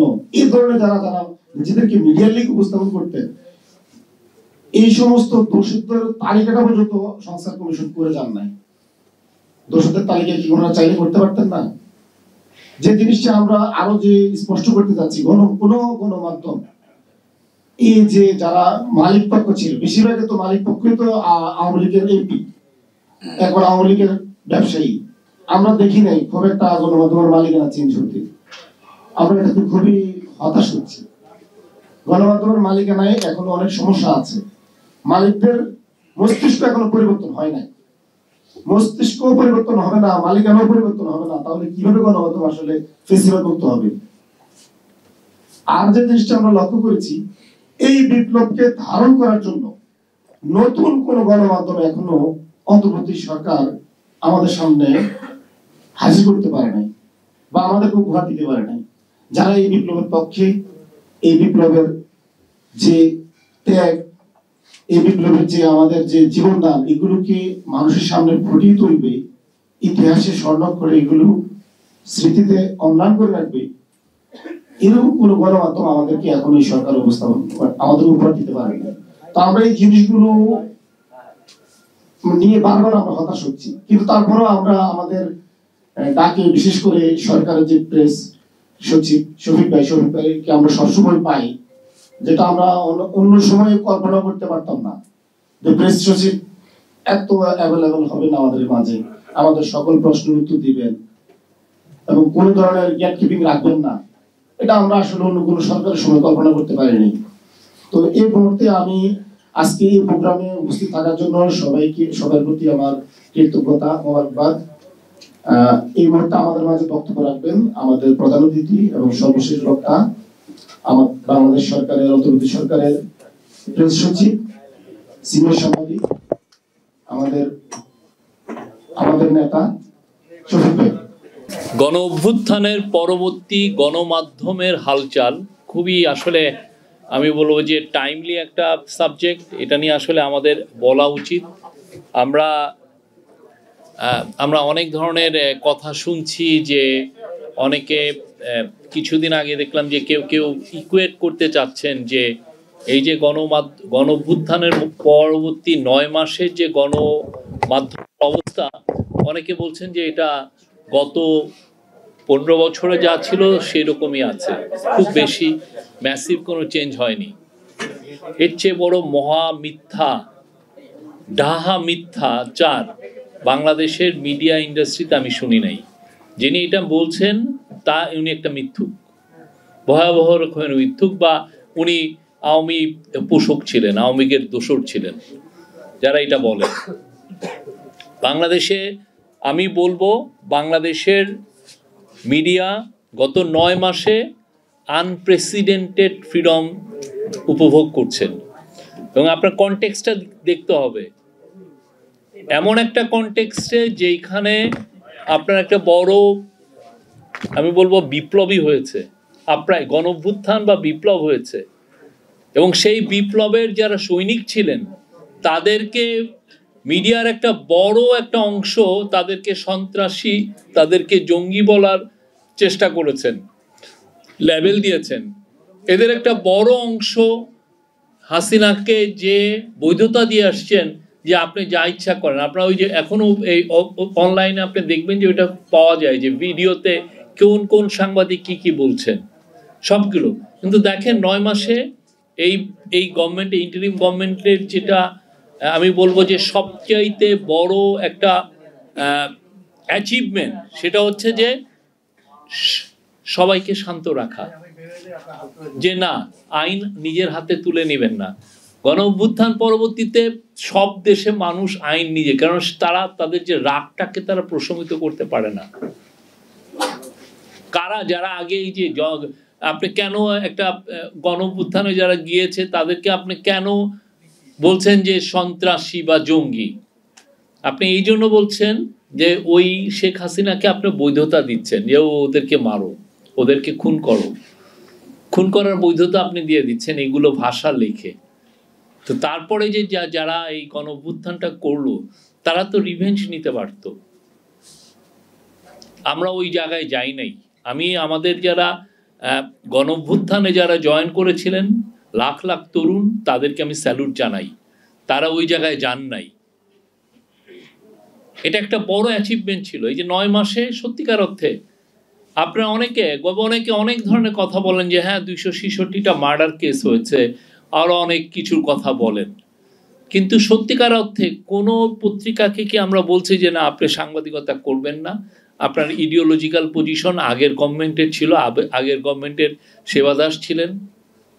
আমরা কোনো জার্নালিস্টের চাকরি খাচ্ছি? শুনেছেন কোথাও যে কাউকে গভর্নমেন্ট বলেছে যে চাকরিটা খেতে? অথচ ওই সময়ে একদিনের নোটিশে আমার দেশ বন্ধ করে দেওয়া হয়েছে, দিগন্ত টিভি বন্ধ করে দেওয়া হয়েছে, ইসলামী টিভি বন্ধ করে দেওয়া হয়েছে। কি জন্য দিনকাল যায় অবস্থায় ছিল, শেষের দিকে এসে বন্ধ করে দিয়েছে। আবুল আসাদের কথা তো মনে আছে, তাকে তার রুমের থেকে ছিঁড়িয়ে নিয়ে আসছে।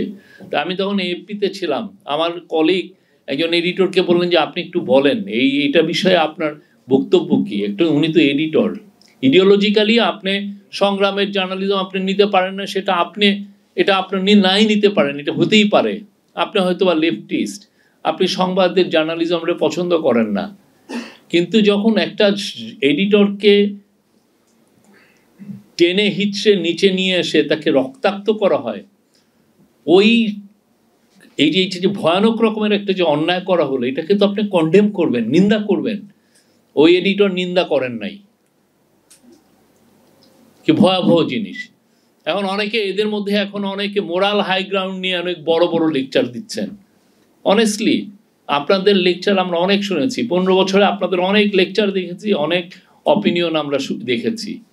আপনাদের মিনিমাম মোরাল স্ট্যান্ডার্ড নাই, মিনিমাম মোরাল স্ট্যান্ডার্ড নাই। আপনাদের কোনো এই আমাদেরকে মোরাল লেকচার দেওয়ার কোনো রকমের কোনো গ্রাউন্ড নাই। আমরা এই জুলাই গণঅভ্যুত্থানের পরবর্তীতে আমরা কি দেখেছি? প্রথম, আমরা এই গভর্নমেন্ট কোনো নিউজ আউটলেট বন্ধ করেনি, একটা নিউজ আউটলেটও বন্ধ করেনি, বরঞ্চ দু একটা নিউজ আউটলেটের আপনার অনলাইনে অ্যাক্সেস পাওয়া যেত না, আমরা সেগুলোকে ওপেন করে দিয়েছি। আপনার নেত্র দেখেন, আমরা সবগুলোকে যে বলেছেন যে আমার এটি নিউজের টেলিকম অথরিটি আমার এটার অনলাইনের অ্যাক্সেস ব্লক করে রেখেছিল, আমরা সবগুলোকে ব্লক ওপেন করে দিয়েছি। সেকেন্ড, কিছু জার্নালিস্ট জব হারিয়েছে, এটা সত্য, আমরা অস্বীকার করছি না, কিন্তু কথা হচ্ছে এই জব হারানোর জন্য এটা কি ইন্টারিম গভর্নমেন্টের দায় নাকি মালিকদের দায়? মালিকরা তাদের পুঁজিকে প্রোটেক্ট করতে, যে তার বিজনেস ইন্টারেস্টকে প্রোটেক্ট করতে, যে তারা সাংবাদিকদেরকে জব খাচ্ছেন, সেটার দায় তো আমাদের না।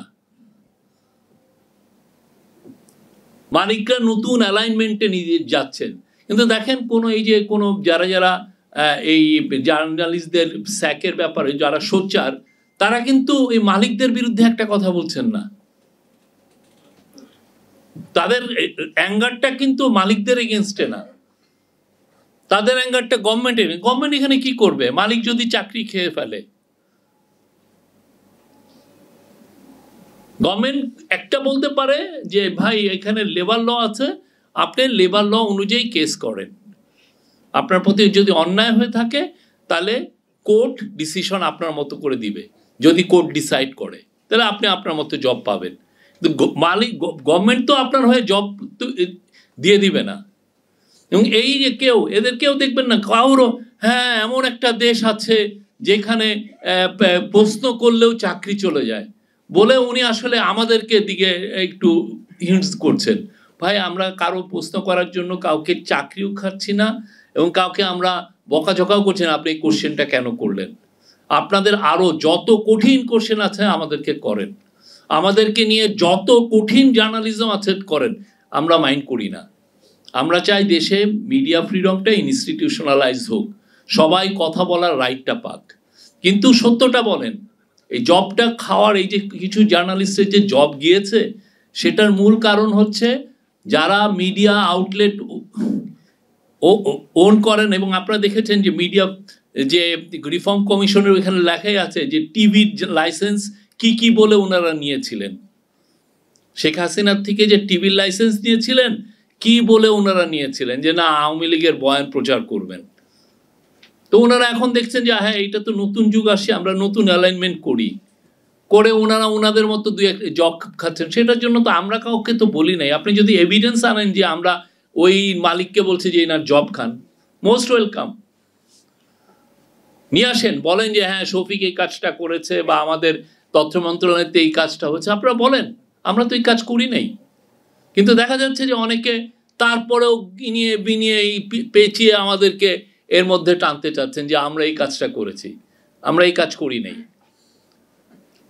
3 নম্বর, হ্যাঁ 167 জনের অ্যাক্রিডিটেশন কার্ড ক্যান্সেল করা হয়েছিল, আমরা বলেছি এটা মিস্টেক এবং সেই অনুযায়ী আমরা খুব দ্রুত আমরা যেটা করেছি অ্যাক্রিডিটেশনের জন্য নতুন কমিটি করেছি, নতুন অ্যাক্রিডিটেশনের নীতিমালা হয়েছে এবং আপনারা নিশ্চিত থাকেন খুব দ্রুত আমরা অ্যাক্রিডিটেশন কার্ড দিব এবং নীতিমালাটা খুব সহজ করা হয়েছে, জার্নালিস্ট ফ্রেন্ডলি করা হয়েছে।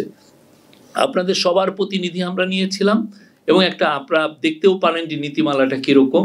আমরা আগের নীতিমালায় যেটা ছিল যে আপনি যদি অ্যাক্রিডিটেশন কার্ড নেন জার্নালিস্টরা, আপনি বিদেশে গেলে সরকারের অনুমতি লাগবে, এবং আপনি যদি অ্যাক্রিডিটেশন কার্ড নেন তাহলে আপনার সরকারের প্রশংসা করতে হবে, সরকারের বন্দনা করতে হবে। এখন এগুলো আমরা কিচ্ছু রাখিনি। আপনারা খুব শীঘ্রই আমি বলবো যে অ্যাক্রিডিটেশন আবার দেওয়া শুরু হবে, এবং যারা যারা জার্নালিস্ট তারাই পাবেন। আগের যেটা অ্যাক্রিডিটেশনের সবচেয়ে বড় সমস্যা যেটা ছিল সেটা হচ্ছে যে এটা নিয়ে ছাত্রলীগের ছেলেরা কাজ করতেন। এমপি, অনেকগুলো এমপির একটা জার্নালিস্টের কার্ড ছিল, যাতে অনেকের এই আওয়ামী লীগের লিডার, ডিস্ট্রিক্ট লেভেলের লিডার জার্নালিস্টের কার্ড নিতেন, কেননা সেই ক্ষেত্রে ওই কার্ড নিয়ে সচিবালয়ে ঢোকাটা তাদের জন্য ইজি। ওখানে যে অনেক ধরনের লবিং করতে পারেন, তার গ্রামের বাড়িতে রাস্তা বানানোর জন্য লবিং করেন, কোনো কন্ট্যাক্ট পাওয়ার জন্য লবিং করেন, জার্নালিস্টের কার্ডটা তাকে ইজি অ্যাক্সেস দিত। আমরা সেই জায়গাটাকে সরে এসে আমরা চেষ্টা করছি যে যাতে যারা জার্নালিস্ট, যারা ওয়ার্কিং জার্নালিস্ট এবং যাদের সত্যিকার অর্থে সচিবালয়ে যেতে হয় তারাই যেন কার্ডগুলো পান, এবং এই ক্ষেত্রে আমরা যতটা স্বচ্ছতা রাখা দরকার আমরা প্রত্যেকটাই স্বচ্ছতা রাখবো। 4 নাম্বার, আমরা 266 জন জার্নালিস্টের এগেনস্টে মার্ডার কেস হয়েছে। ডেইলি স্টারের একটা রিপোর্ট এসছে, তারা এটা করেছেন, আমরা ওয়েলকাম করি যে এটা নিয়ে আরও রিপোর্ট করা হচ্ছে। কিন্তু আমাদের কথা হচ্ছে যে এই যে 266 যে মার্ডার কেস হয়েছে, কারা কারা করলেন? এটা কি গভর্নমেন্ট করিয়েছে? দেখেন, ব্লেমটা কিন্তু আমাদের দিকে আসে যে না, আপনারা করেন নাই ঠিকই, কিন্তু আপনারা তো অ্যাকশনই নিতে পারেন। কিন্তু ওনারা কিন্তু লয়ারদের কাছে যাবেন না, লয়ারের কাছে জিজ্ঞেস করলে লয়াররাই কিন্তু ওনাদেরকে বললেন যে না, গভর্নমেন্টের পক্ষে একজন যদি কেস করে সেটা বন্ধ করা খুবই ডিফিকাল্ট, অলমোস্ট ইম্পসিবল। আপনি থানায়, আমি বললাম আপনার কেসটা নিব না, সে চলে যাবে কোর্টে, কোর্টে যেয়ে বলবে, কোর্টের থেকে সে অর্ডার নিয়ে আসবে, নিয়ে এসে থানায় বলবে যে কোর্ট বলেছে আপনার কেসটা নিতে। আপনি আটকাবেন কিভাবে? এই 266-টার পিছনে কিন্তু ইন্টারিম গভর্নমেন্টের দায়ী না। আর এই 266টা যে মার্ডার কেস হলো, এই যে সাংবাদিকদের এগেনস্টে মার্ডার কেসটা কেন হলো? তো আমাদের এই বিষয়টা আমরা মনে করি আমরা এটা আরো স্বচ্ছভাবে আমরা ইনভেস্টিগেট করছি। আমরা আশা করি এইটার আপনার রেজাল্ট পাবেন। আমরা যারা যারা এটার সাথে জড়িত না, এগুলোর সাথে যাদের বিরুদ্ধে হ্যারাসমেন্ট করা হয়েছে, আমাদের আইন উপদেষ্টা বারবার বলেছেন সেই বিষয়টা আমরা দেখছি, এবং যাদের যাদের আমরা অলরেডি বলেছি যে বেশি অলমোস্ট এভরি কেসেই 2, 3, 4, 5টা ক্ষেত্র ছাড়া এই কেসে আমরা কাউকে হ্যারেস করছি না, কাউরে আমরা অ্যারেস্টও করছি না। অনেকে তাদের চাকরি ঠিক মতো করছেন, আমি শুনি নাই যে তারা কোনো ফেস করছেন, এবং আমরা আশা করছি যে এই চ্যাপ্টারটা খুব দ্রুত ক্লোজড হবে। আর কাউকে ইডিওলজিক্যাল পজিশনের জন্য কাউকে কি প্রসিকিউট করা হচ্ছে? আপনি শুনেছেন যে না, আপনি যেই ইডিওলজিক্যাল পজিশন আপনি ধারণ করেন সেটার জন্য কি কোনো আমরা কাউকে কারো ফ্রিডম অফ এক্সপ্রেশনটা কেড়ে নিচ্ছি, আপনার কথা বলার রাইটটা কেড়ে নিচ্ছি, আপনার ফেসবুকের আইডিটা খেয়ে দিচ্ছি, আপনাকে বলছি যে না আপনি এটা করতে পারবেন না। অনেক সাংবাদিক প্রতিদিন আমাদের এগেনস্টে লেখেন, না জেনেও, না একটা জিনিস সত্যতা অনেক গভীরে না যেই ভাষা জেনে অনেক কমেন্ট করেন, কিন্তু আমরা তো এগুলোর ব্যাপারে একদম চুপচাপ। কারণ আমরা জানি আমি এটা নিয়ে যদি একটা কথা বলতে যাই উনি বলবেন যে আমি হুমকির শিকার হচ্ছি। আমরা যারা সত্যিকার অর্থে গভর্নমেন্টে এসে আমরা হাত পা আসলে বাঁধা, অনেক ক্ষেত্রে অনেক কিছু বলতেও পারি না। আমি ফেসবুকে দেখছি যে উনি একটা ডাহা মিথ্যা লিখেছেন, তা আমি বলতে পারতেছি না যে আপনি মিথ্যা মিথ্যা। আমি যখনই বলবো যে আপনি মিথ্যা লিখেছেন, উনি দেখছেন উনি কিন্তু এসে আমাকে হুমকি দিচ্ছেন যে তুমি মিথ্যা লিখেছ।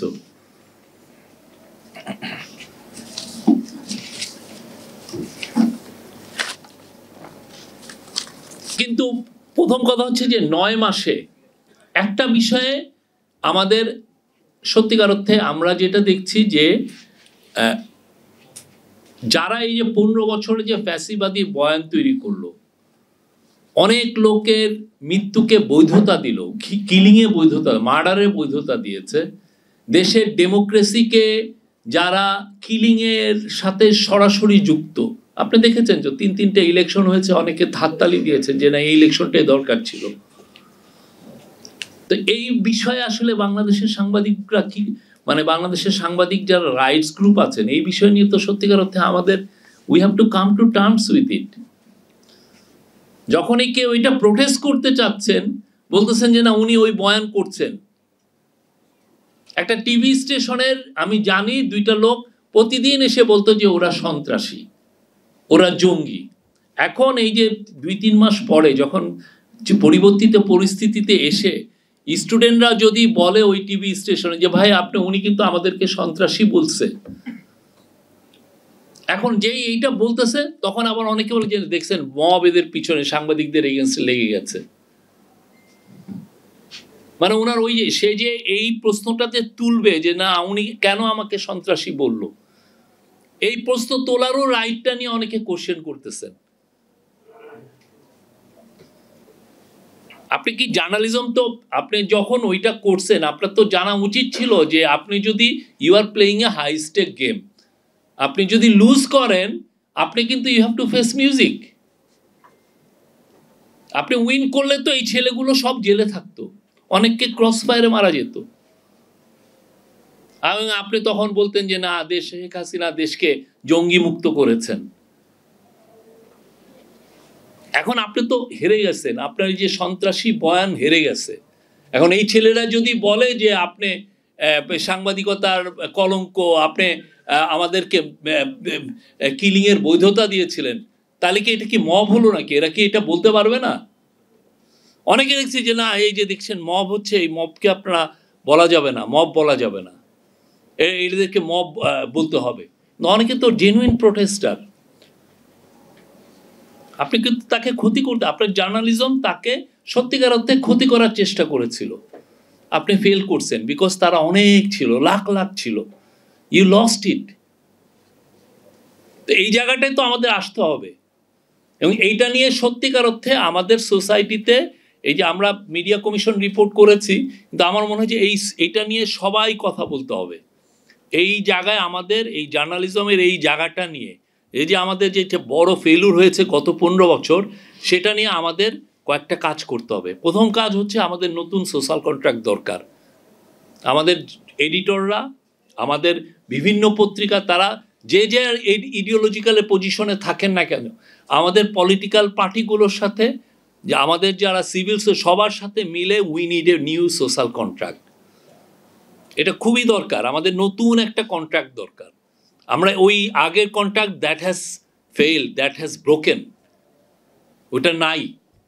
আমাদের নিজেদের ফেইলুরের কাছে কারণে আমরা ট্রাস্টটা হারিয়েছি অনেকের কাছে।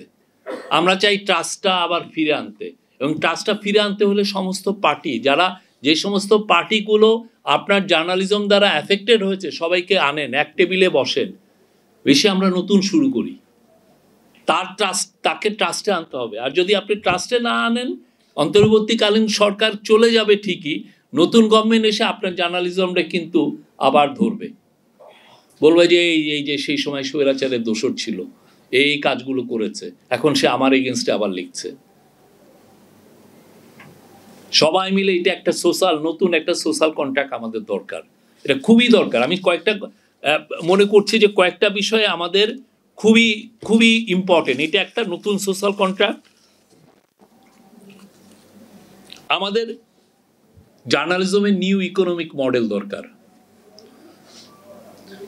যেই ওল্ড মডেল আমরা জার্নালিজম করছি, করে আমরা ডিএফপির থেকে অ্যাড পাওয়ার চেষ্টা করছি, ম্যানিপুলেট করতেছি সিস্টেমকে, করে আমি অ্যাড নিচ্ছি, নিয়ে কোনোভাবে টিকে রয়েছি, এবং এই নিউ ইকোনমিক মডেলে আমি দেখি আমার পক্ষে আসলে বড় লোক সম্ভব না, আমি দালালি করছি, করে জার্নালিজমের যে পুরো ফ্রিডম অফ এক্সপ্রেশনের জায়গাটা পুরোপুরি ভয়ানকভাবে আমি ধ্বংস করছি, মানুষের ট্রাস্টগুলো আমি নষ্ট করছি। নতুন ইকোনমিক মডেল দরকার, যেখানে কপিরাইট প্রোটেক্টেড হবে, যেখানে জার্নালিস্টদের বেতনটা প্রোটেক্টেড হবে। আমরা যে জার্নালিজম করছি সেটা সাস্টেনেবল না। সেখানে 2-3টা লোক বেনিফিটেড হচ্ছেন, ইউনিয়নের লিডারগুলা বেনিফিটেড হচ্ছেন, দালাল এডিটররা বেনিফিটেড হচ্ছেন, বা যারা দালালির রেসে 2-1 এগিয়ে থাকতে পারছে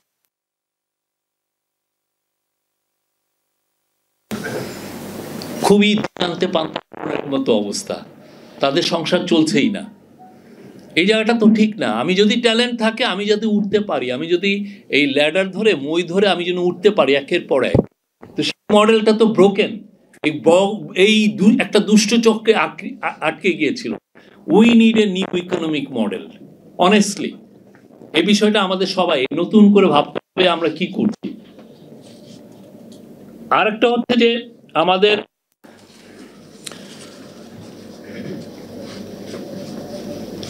আগে আমরা যা করেছি 15 বছরে, আমাদের সবারই সত্যিকার অর্থে ক্লিন আপ করতে হবে। We have to come clean.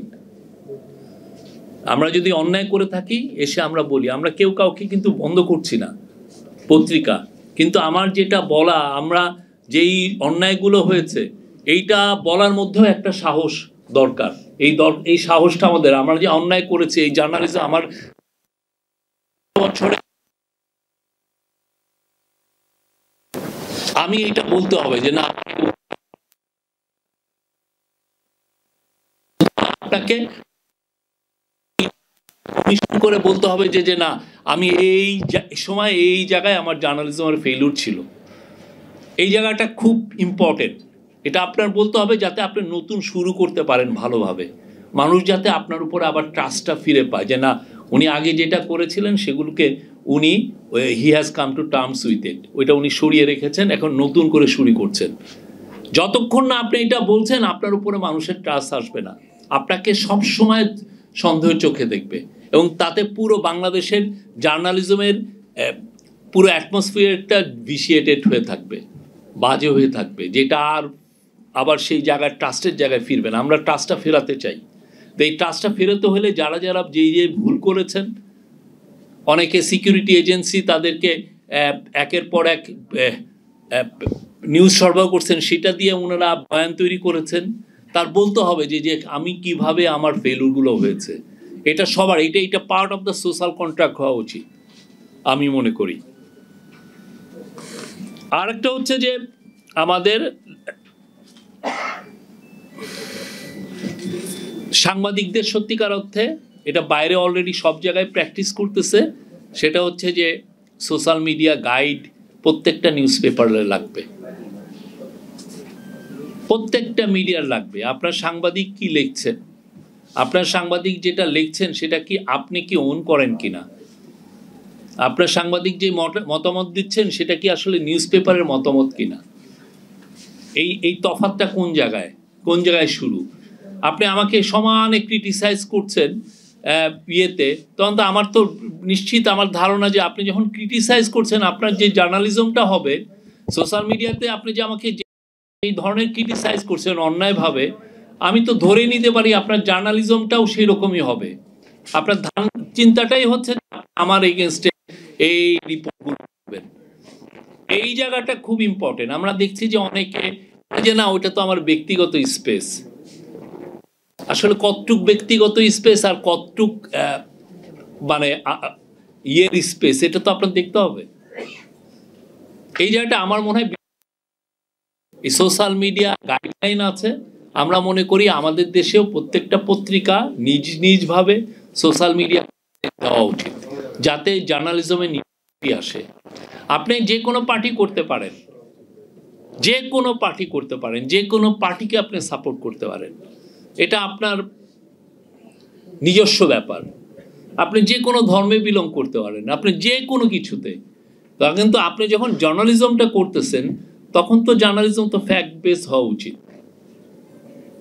দেখা যায় যে জার্নালিজমটা ফ্যাক্ট বেস না হচ্ছে, আপনি যেটা সোশ্যাল মিডিয়াতে অপিনিয়ন দিচ্ছেন সেটারই রিফ্লেকশন হচ্ছে। তখন তো যেটা হচ্ছে, যারা আপনার দ্বারা অ্যাফেক্টেড হচ্ছে, যেই গোষ্ঠীগুলো আপনার জানেন, তারা তো বলবে যে না, আপনি অপিনিয়নেটেড, আপনার জার্নালিজমের মধ্যে অনেক সমস্যা আছে, আপনার চিন্তাই হচ্ছে যে আপনি আমাকে টার্গেট করা, আপনার এইটা। তখন হয় কি, এই ট্রাস্টের জায়গাটা নষ্ট হয়ে যায়, জার্নালিজম থাকে না। আমরা 9 মাস পার করেছি, আমরা 9 মাসে এই প্রশ্নগুলো কিন্তু উত্তর খুঁজি নাই। আমাদের অনেক, আমরা বললাম আমরা 16 ধাপ এগিয়েছি, বাট আমার তো মনে হয় আমাদের 100 ধাপ এগোনো উচিত ছিল। আমরা যেই পরিমাণ, আমরা সবাইকে, বিদেশি যারা মিডিয়া রাইটস, মিডিয়া ফ্রিডম নিয়ে কাজ করেন, আমরা সবাইকে আহ্বান করি, আসেন আপনারা এসে নিজেরা দেখে যান যে আমরা কারো মুখ বন্ধ করছি কিনা, কারো ফ্রিডম অফ স্পিচে আঘাত করছি কিনা, কাউকে বলছি, কাউকে মানে ইডিওলজিক্যাল কারণে কাউকে প্রসিকিউট করছি কিনা। আমরা চেষ্টা করছি জার্নালিস্টদের জন্য জার্নালিজম করাটা সেভ করা, এটা আমাদের দায়িত্ব।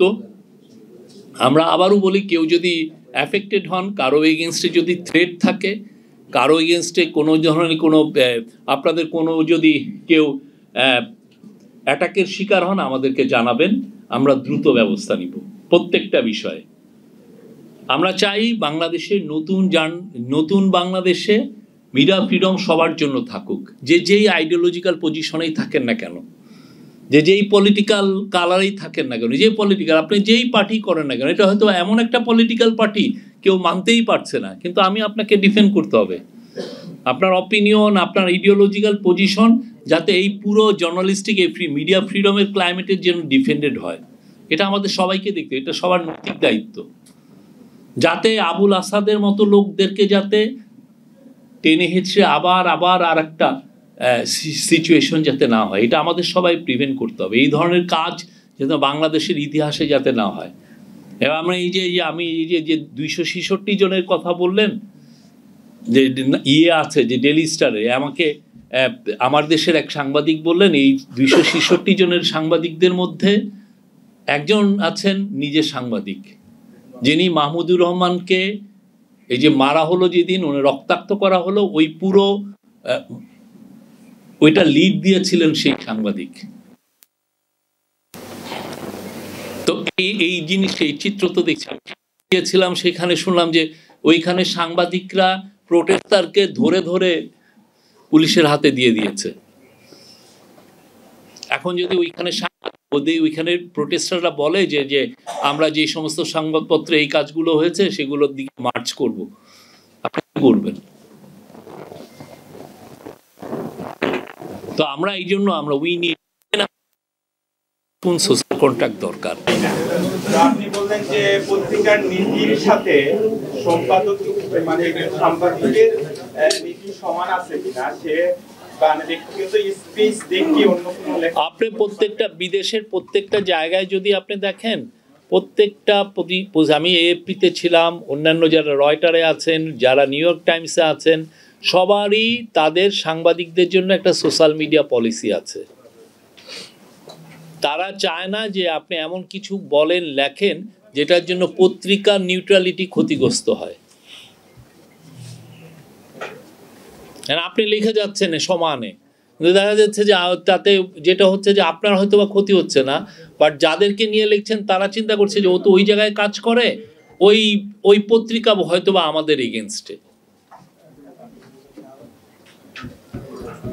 ঠিক না? যেমন ধরেন আপনি আছেন একটা পত্রিকায়, ওইখানে আপনি বিএনপিকে অপছন্দ করেন, আপনি সমানে প্রতিদিন বিএনপির এগেনস্টে লিখছেন, তাহলে কি আপনার এই ইয়েটা দেখে, আপনার সোশ্যাল মিডিয়া পোস্ট দেখে বিএনপির লোকরা তো ধরে নিতে পারে যে আপনার পত্রিকা এন্টি বিএনপি। সমস্যাটা এই জায়গায় তৈরি হয়, মোরাল কিছু হ্যাজার্ড তৈরি হয়। না, আপনি তো ভাবতেছেন যে আমি তো সোশ্যাল মিডিয়া লিখছি, এটা তো আমার পার্সোনাল স্পেস, অসুবিধা নাই, আপনার এন্টি বিএনপি হওয়া তো কোনো অসুবিধা না। কিন্তু কথা হচ্ছে যে আপনি সাংবাদিক হলে তারপরে যদি এই অপিনিয়নটা দেন, তখন হয় কি, এই যে বিএনপির লোকরা ভাবে যে ও তো সারাদিন আমাদের এগেনস্টে লেখে, তাহলে ওর পত্রিকাটা আমাদের এগেনস্টে, এই সমস্যাটা তৈরি হয়। সেই জন্য প্রত্যেকটা পত্রিকা, টিভি স্টেশন, তাদের জার্নালিস্টদের জন্য একটা সোশ্যাল মিডিয়া পলিসি করে দেওয়া হচ্ছে যে কী লিখতে পারবেন, কি পারবেন না। এটা তাদের মুখ বন্ধর বিষয় না, এটা হচ্ছে এটা প্রত্যেকটা এটা। এবং এইটা কিন্তু আপনারা ভাবেন যে না, এটার ফলে তো ফ্রিডম অফ স্পিচটা কার্ভ করা হলো, বন্ধ করা হলো, এটা না। আপনি দেখবেন পৃথিবীর প্রত্যেকটা দেশে আছে, ফাইন্যান্সিয়াল টাইমসে আছে, লন্ডন টাইমসে আছে, নিউ ইয়র্ক টাইমসে আছে, যে কোনো বড় পত্রিকা, যে কোনো বড় টিভি স্টেশন, বিবিসিতে আছে।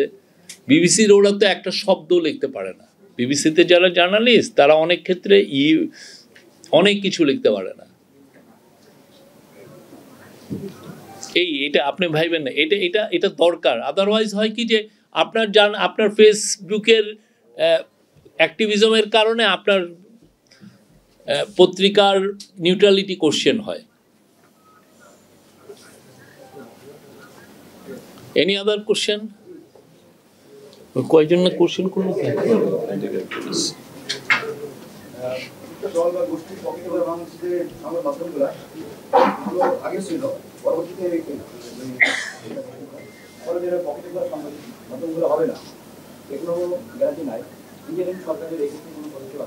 কি কি দলনিরপেক্ষ সাংবাদিকতা সৃষ্টি পকেটে ছিল সকল মিডিয়া ইন্টারিম গভর্নমেন্ট হবে না।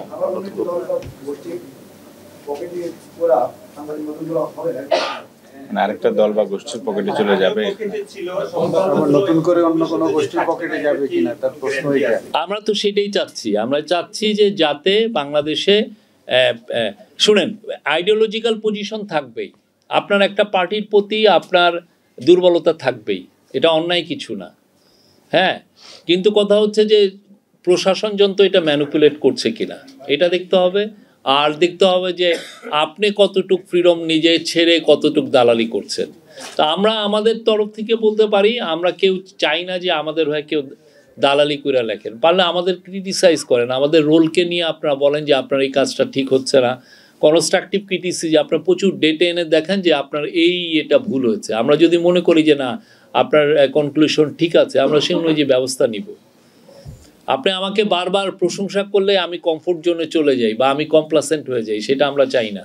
এটা প্রফেসর ইউনুস চান না। উনি বারবার সবাইকে বলেছেন যে you are free to criticize us, আপনি ক্রিটিসাইজ করেন। আর আমাদের তরফ থেকে আমাদের চাচ্ছি যে যতদিন এই গভর্নমেন্ট আছে সেই গভর্নমেন্টের একটা বড় চাওয়া হচ্ছে যে দেশে মিডিয়া যে ফ্রিডমটা এটা ইনস্টিটিউশনালাইজ হোক। এটা যেন কারো হুইমের উপরে যাতে না চলে, যে আপনার মনে চাইলো আপনি এইরকম হইলেন, মনে চাইলো। এটা ইনস্টিটিউট, এটা সবার জন্য লাভ। আপনি যাতে ভালো জার্নালিজম করতে পারেন, লিখতে পারেন।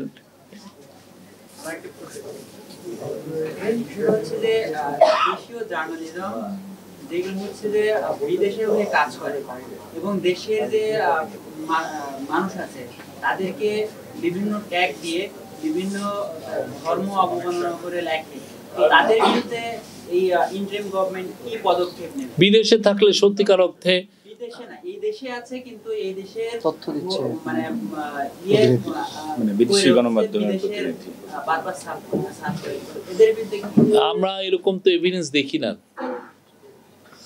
আপনি যদি কংক্রিট এভিডেন্স আনেন তাহলে তো আমরা মানে আর যদি এটা ক্রাইম হয়, মূলত এটা একটা ক্রাইম হচ্ছে কিনা এটা দেখতে হবে। Thank you very much.